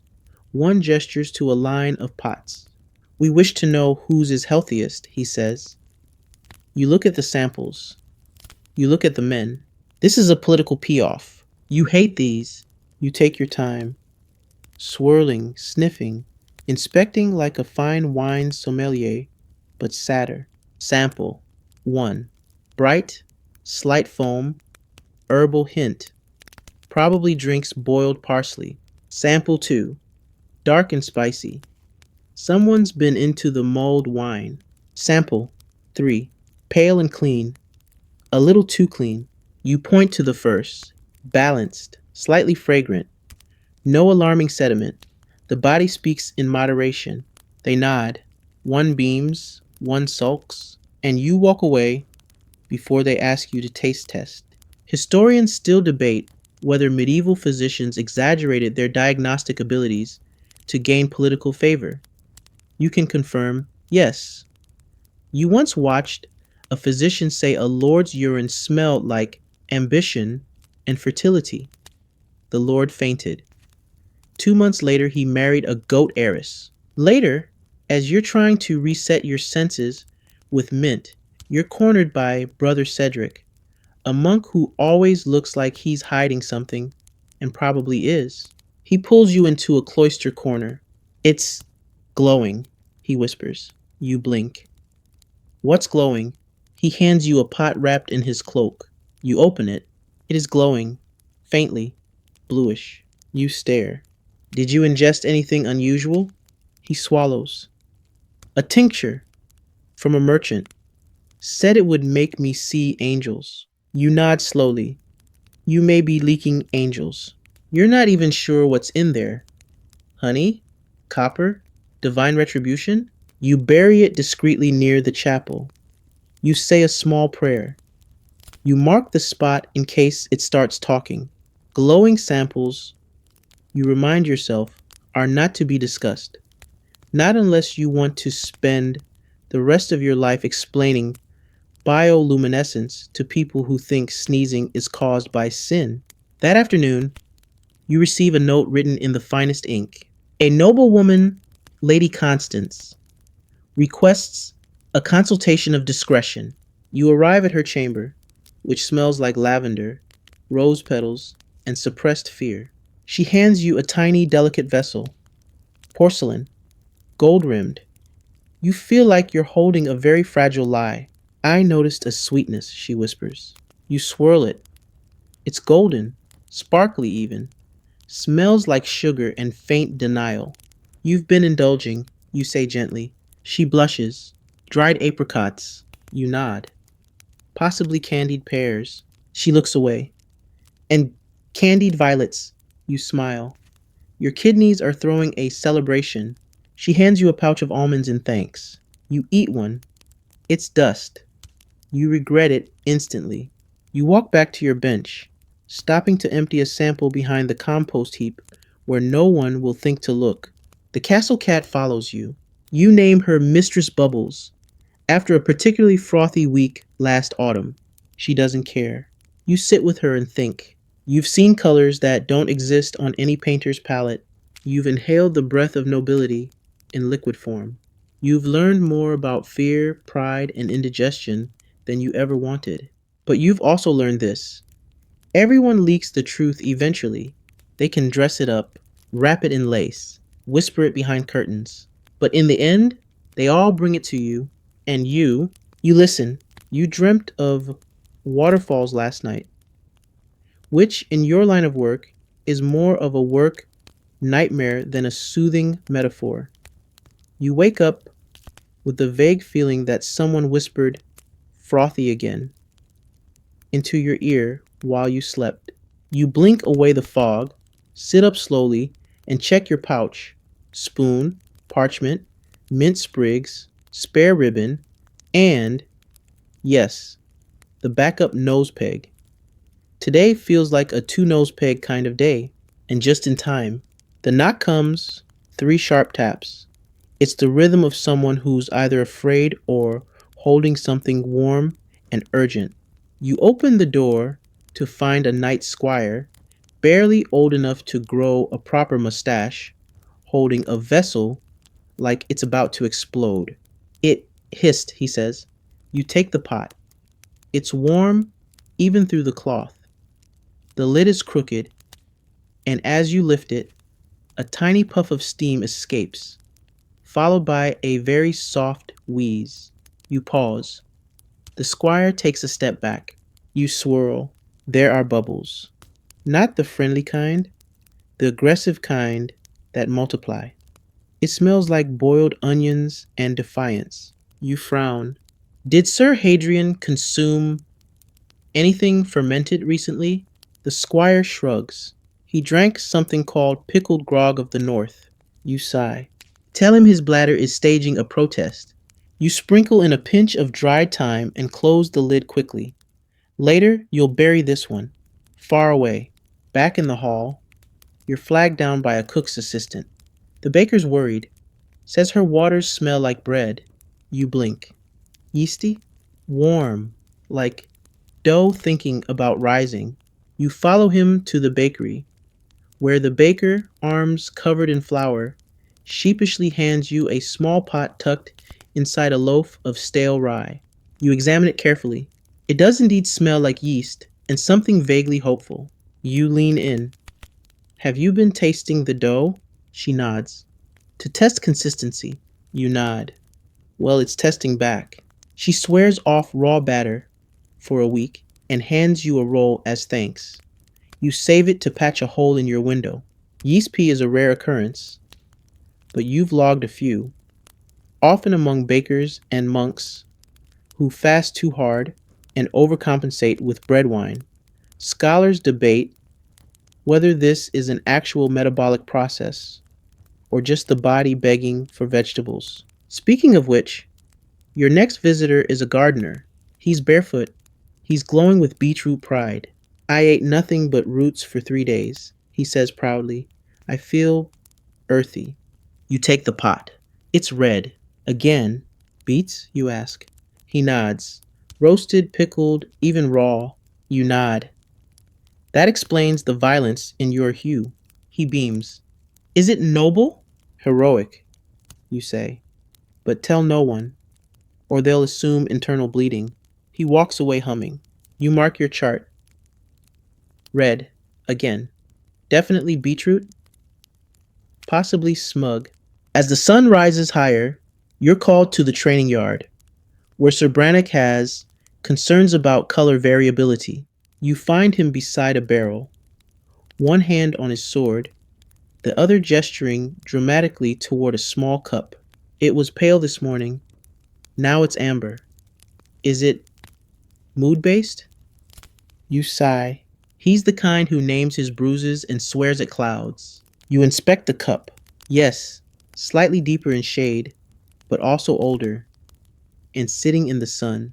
Heat exposure, you explain.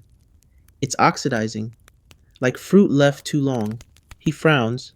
So my essence spoils? In direct sunlight, yes, much like a peach. He seems both flattered and horrified. You tell him to drink more water and less ego. He tosses you a coin. It bounces. You let the cat keep it. Midday. The air smells like sweat and distant stew. You're almost back to your chamber when the bell rings again. It's Lady Thalia, the castle's poet. I require interpretation, she says, handing you a delicate vessel. My dreams have changed. You open it. It smells floral, like elderflower and regret. The color is pale with a faint shimmer. Were you experimenting with herbal infusions? She nods. Chamomile, lavender, rose petals. For dreams, you nod. Then your dreams are steeping inside you. She gasps. A living poem. You don't disagree. She gives you a bookmark, made from pressed violets. You use it to mark your chart under perfumed anomalies. Later that afternoon, a stable hand comes running. The Baron's pattern has shifted. You blink. What pattern? He shrugs. The morning arc. It now bends left. Oh dear, you meet the Baron in his solar.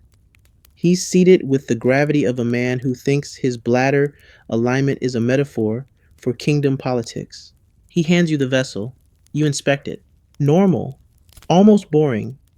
Clear, consistent, faint herbal note. Possibly basil. You're fine, you say.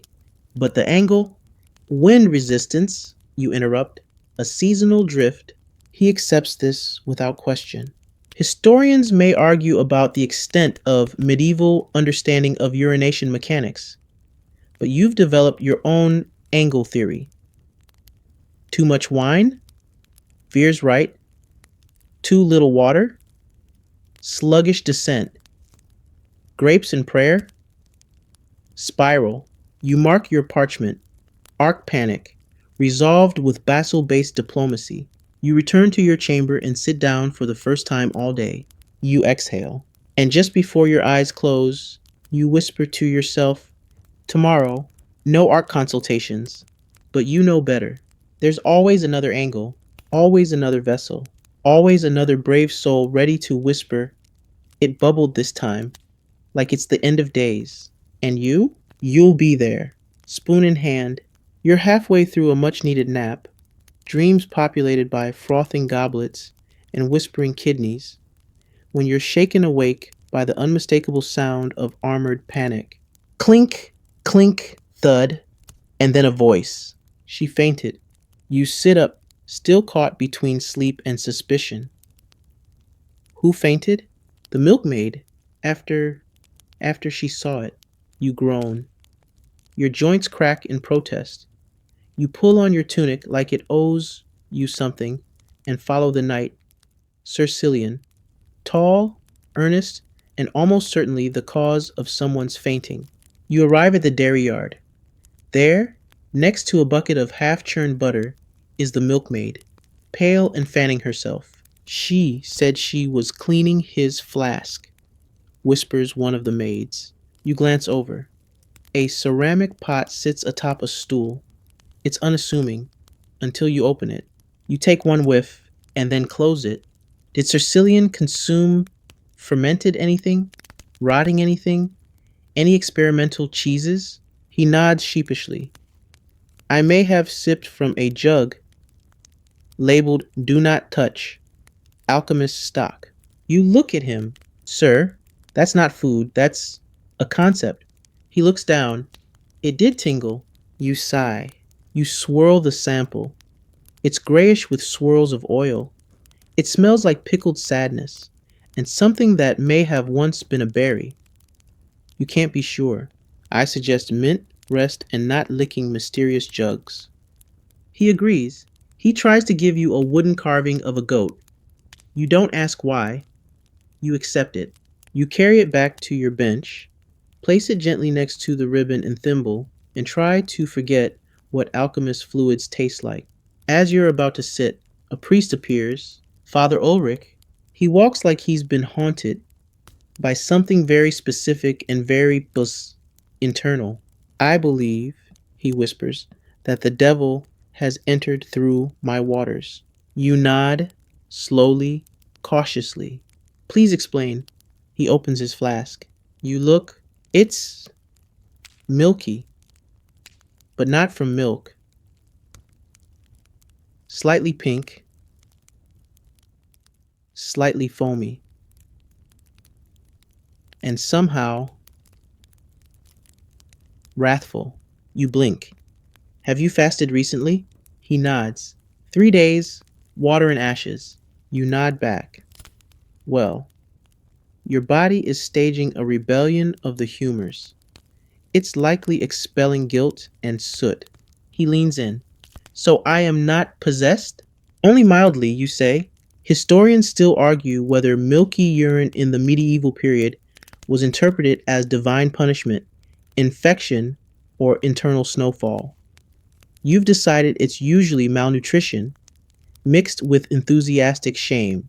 You advise broth, no ash. He blesses you 3 times, one extra for safety. Later that day, a visiting noble arrives, Count Renard of the Southern Marsh. He insists upon an evaluation, even though you're clearly up to your ears in questionable liquids and emotional fluids. He brings a satchel of 3 samples, each labeled with elaborate cursive and wax seals. I have tracked myself for a fortnight, he declares. I seek trends. You sigh internally. Sample A. Pale, hints of celery. Day 1. Hopeful. Sample B. Slightly darker. Day 7. Notes of wine, hints of rebellion. Sample C.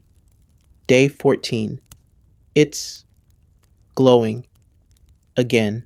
You look up at him. Sir, have you consumed fireflies? He hesitates. They were in the soup. I didn't stir. You nod. You've mapped the descent of reason, a steep slope. He beams, misunderstanding. You don't correct him. You make a note on your chart. Firefly soup. Trend. Regrettable. As evening approaches, the castle gathers in the hall for the feast of St. Camillus, a minor saint, but a major excuse for wine. You are summoned halfway through your bread. Sir Rafe is hallucinating. You arrive to find Sir Rafe seated on a barrel, whispering to his own elbow. He gestures to the flask in your hand and says, "It contains prophecy." You open it. It contains mead, honey, and enough ginger to burn the word "why" into your nose. You stare at him. Sir, this is not prophecy. This is spiced regret. He nods solemnly. That explains the vision of the goat pope. You tell him to sleep, sweat, and avoid any liquid that's been described as volcanic. He offers you a small bell as thanks. You ring it once, just to feel something. Back at your bench, you pour the sample discreetly into the ivy. The ivy has seen worse.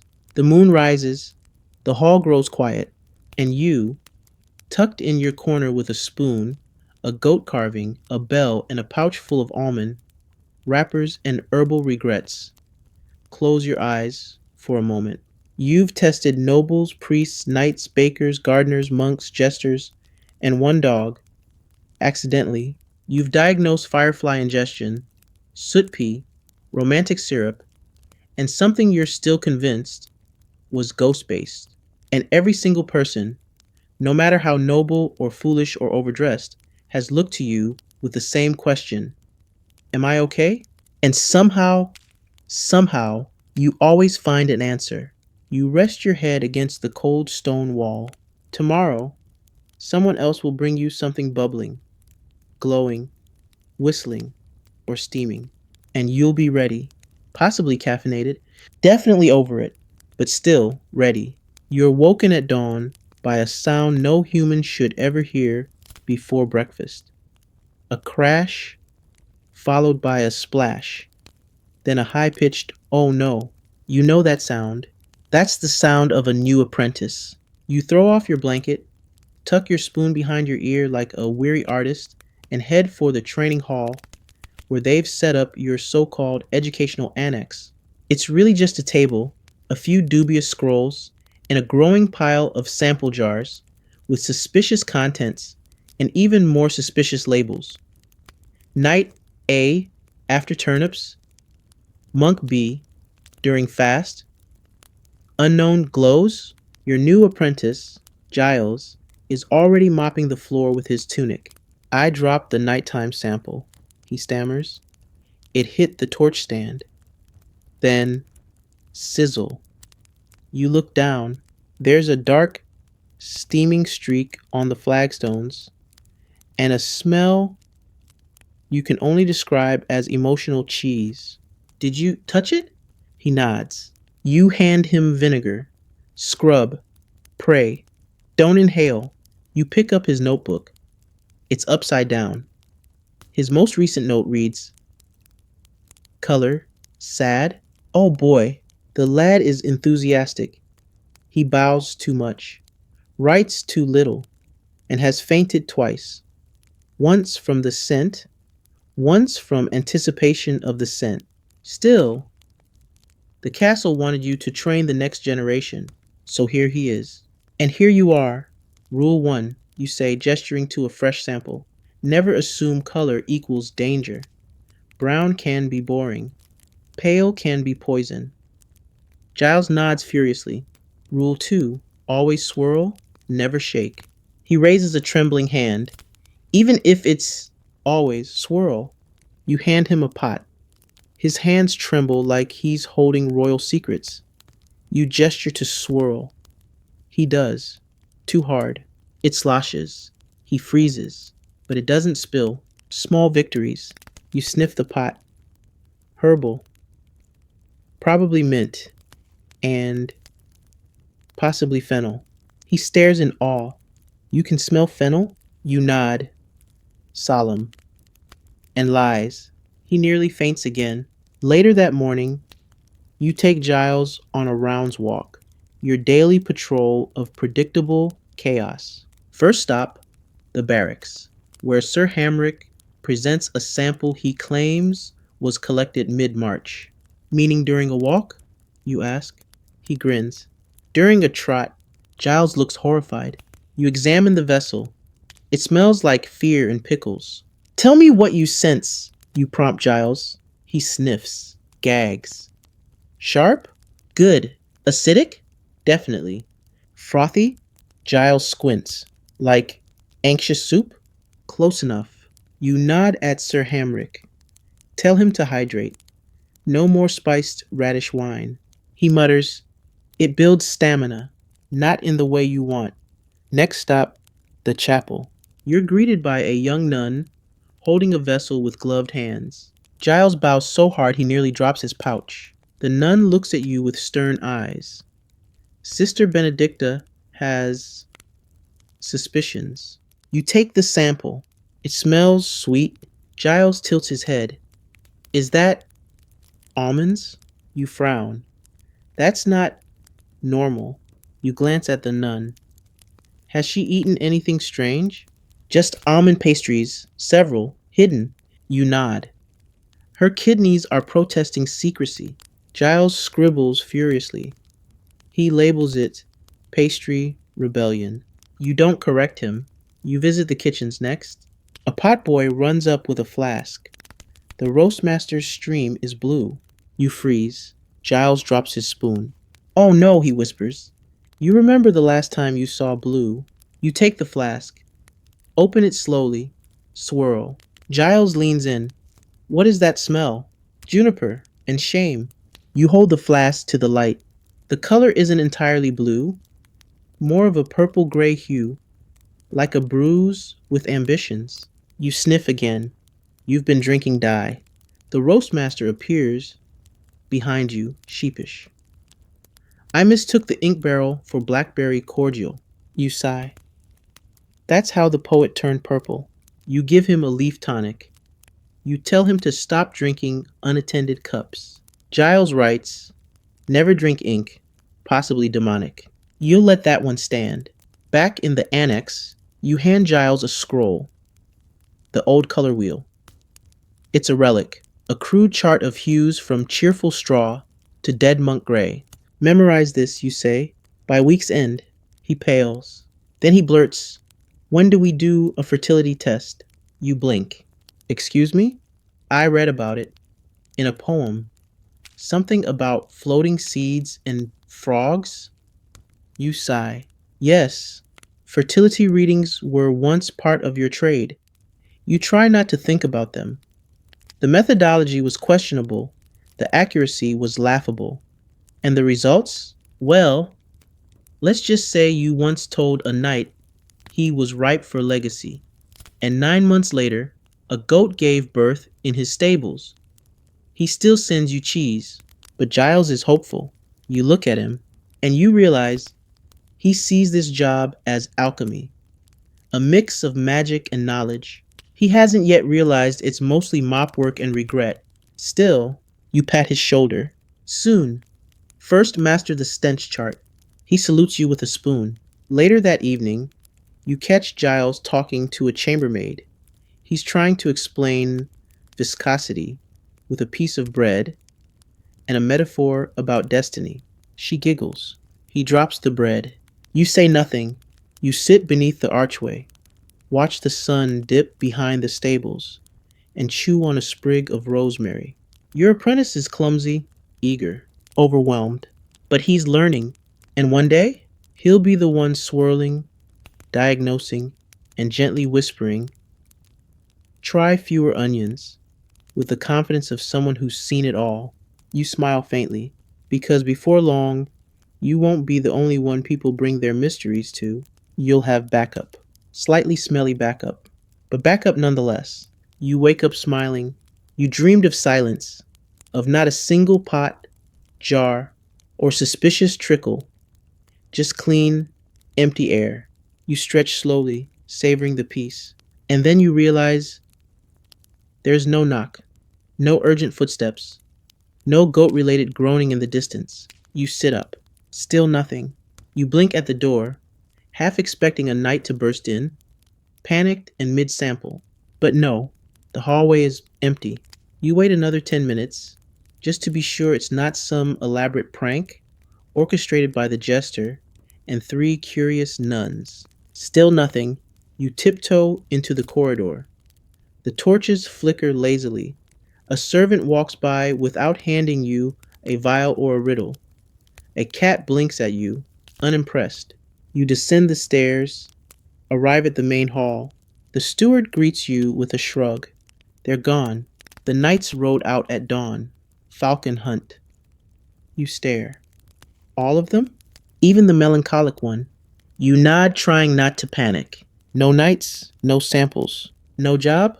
You return to your corner, sit on your bench, and realize you don't know what to do with your hands. You attempt to journal.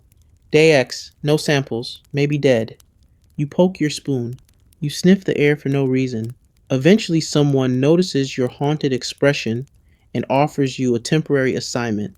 You could help scrub the eastern chamber pots. You agree, because boredom is worse than bad smells. But you regret it immediately. The chamber pots are lined up like soldiers who've already seen battle and lost. You lift one. It sloshes. It's not fresh. It is, in fact, a time capsule of every regret ever consumed in this castle. You nearly drop it. You whisper an apology to your own dignity and carry on. Halfway through, a pot tips and pours its contents across your boot. You pause. You reevaluate every decision that's ever led to this moment. You whisper, I miss the nights. By evening, your back aches, your knees are sore, and your arms smell like vinegar, onions, and despair. You slump against the wall, and that's when Giles appears, bright eyed. Master, I've compiled the scent index, and I charted arc angles based on wind. You stare at him. You did what? I built a chart. It's part herbal, part geometric. You blink. Did you clean chamber pots today? No, I studied bladder physics. You sigh, deeply and from the soul. But you smile, because at least someone's having fun. You eat a dinner of overcooked lentils and tepid wine. The dining hall is unusually quiet, without the knights arguing over who peed straighter. Later, you sit under your archway and notice something peculiar. You miss it. Not the smell exactly, not the texture, but the rhythm, the diagnostics, the strange intimacy of understanding someone's entire week just by what they've poured into a pot.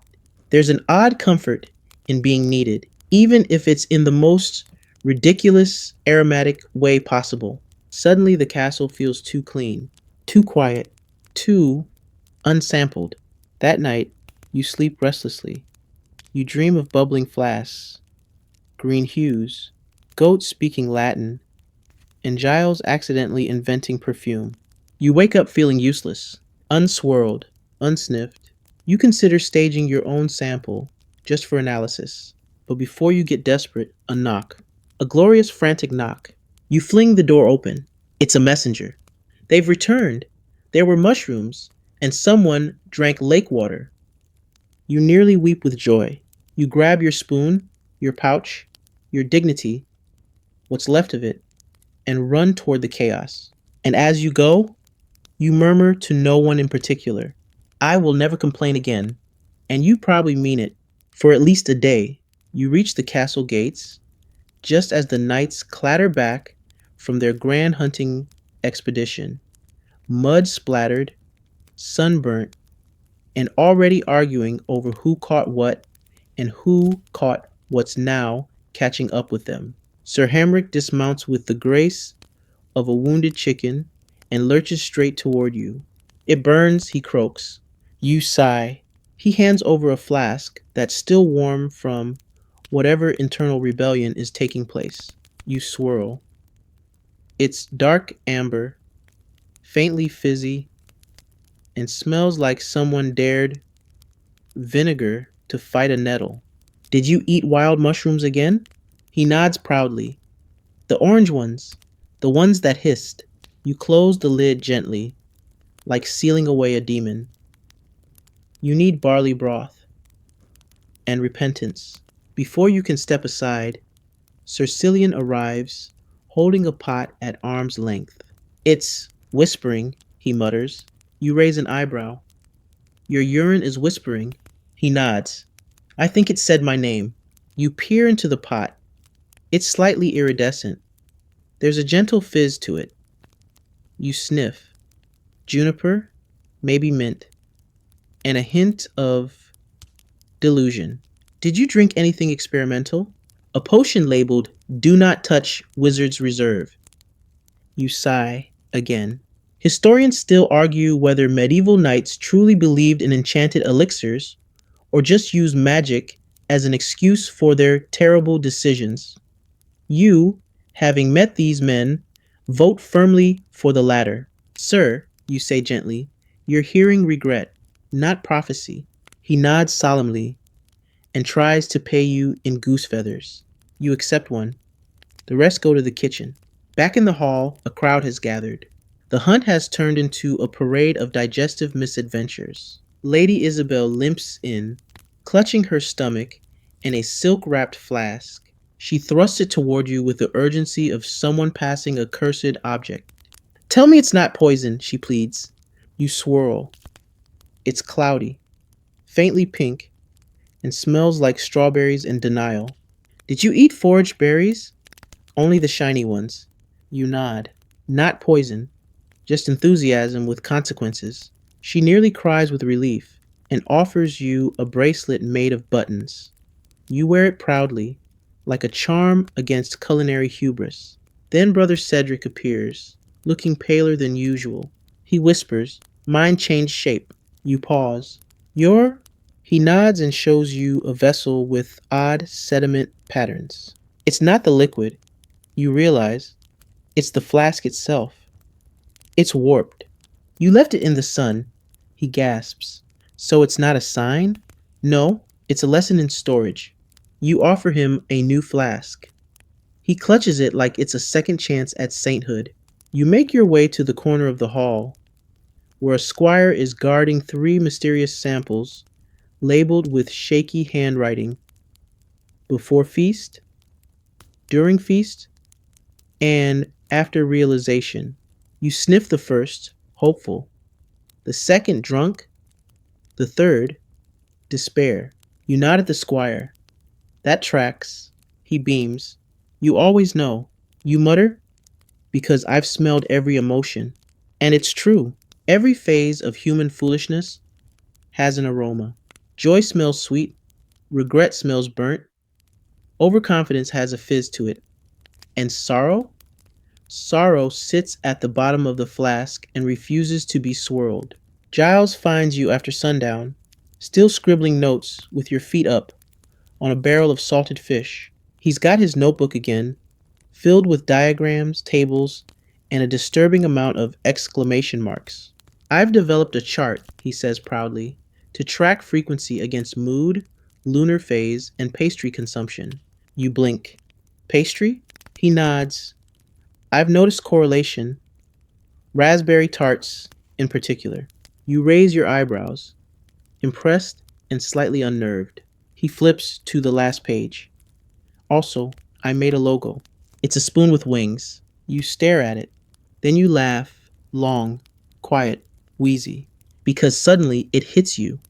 This absurd, fragrant profession of yours, it's spreading. You're no longer alone with your nose and spoon. You've created a system, a legacy, a winged spoon. And it's weirdly wonderful. Later that night, you sit on the battlements with Giles and a flask of lemon water for cleansing. The stars are out. The castle is quieter. The cat is curled near your boot. "I never thought I'd enjoy this," Giles admits, gazing at the sky. "But it's strangely peaceful." You nod, "like learning to read people backwards." He grins, through a bottle. You smile, sip your lemon water, and let the breeze carry away the last fumes of the day. The work is never done, but for now, under the stars and with a sidekick who's slightly too excited about urine arcs, you feel oddly balanced. You rise before dawn, not because you're summoned, but because the stillness feels suspicious. It's been too quiet for too long.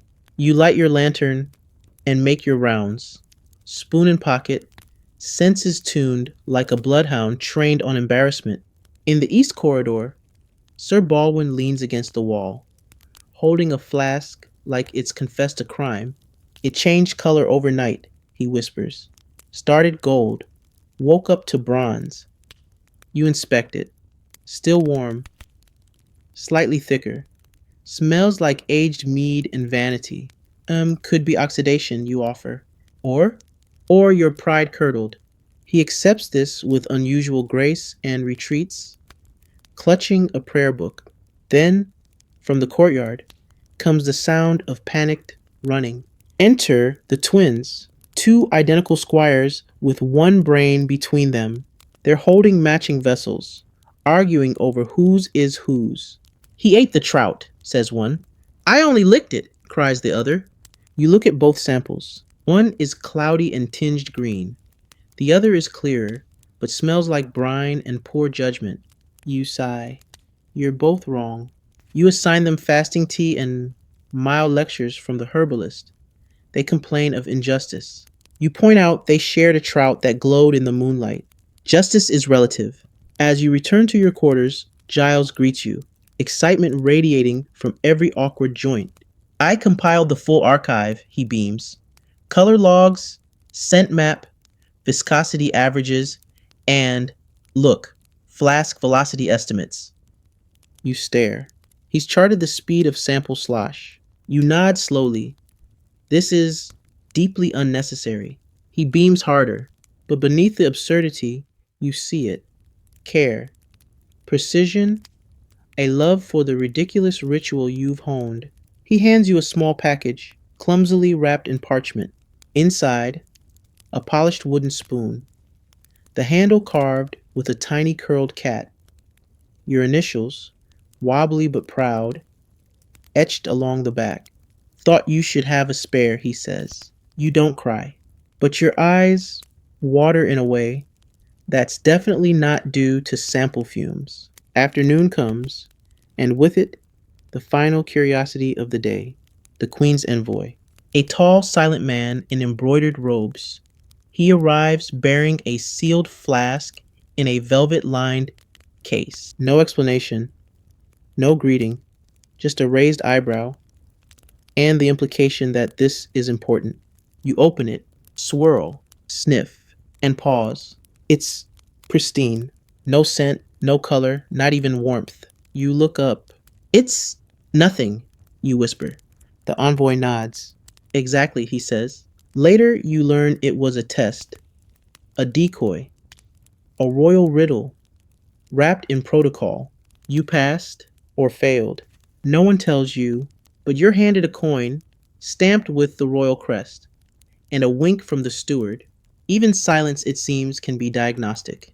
That evening, the castle is alive with music.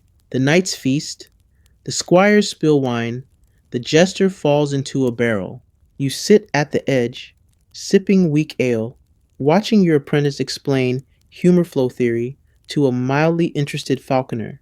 You smile, because somewhere between the jars and the jokes, the herbal fumes, and the holy panic, you became more than a tester. You became a keeper of secrets, a translator of liquids, a high priest of the porcelain confessional. And now, with your spare spoon, your scrolls, and your very own legacy and training, you're no longer alone in your strange aromatic kingdom. You glance up at the moon, full, round, slightly yellow, like a sample. You chuckle softly, and let the night carry you gently towards sleep. Now, the castle grows quiet. The torches are dimming. The last echoes of song fade down the hall. Somewhere, a lute plays softly, just one sleepy note at a time. You're back in your corner, wrapped in a woolen blanket that smells faintly of mint and parchment. Your spoon rests beside you, polished by thousands of swirls.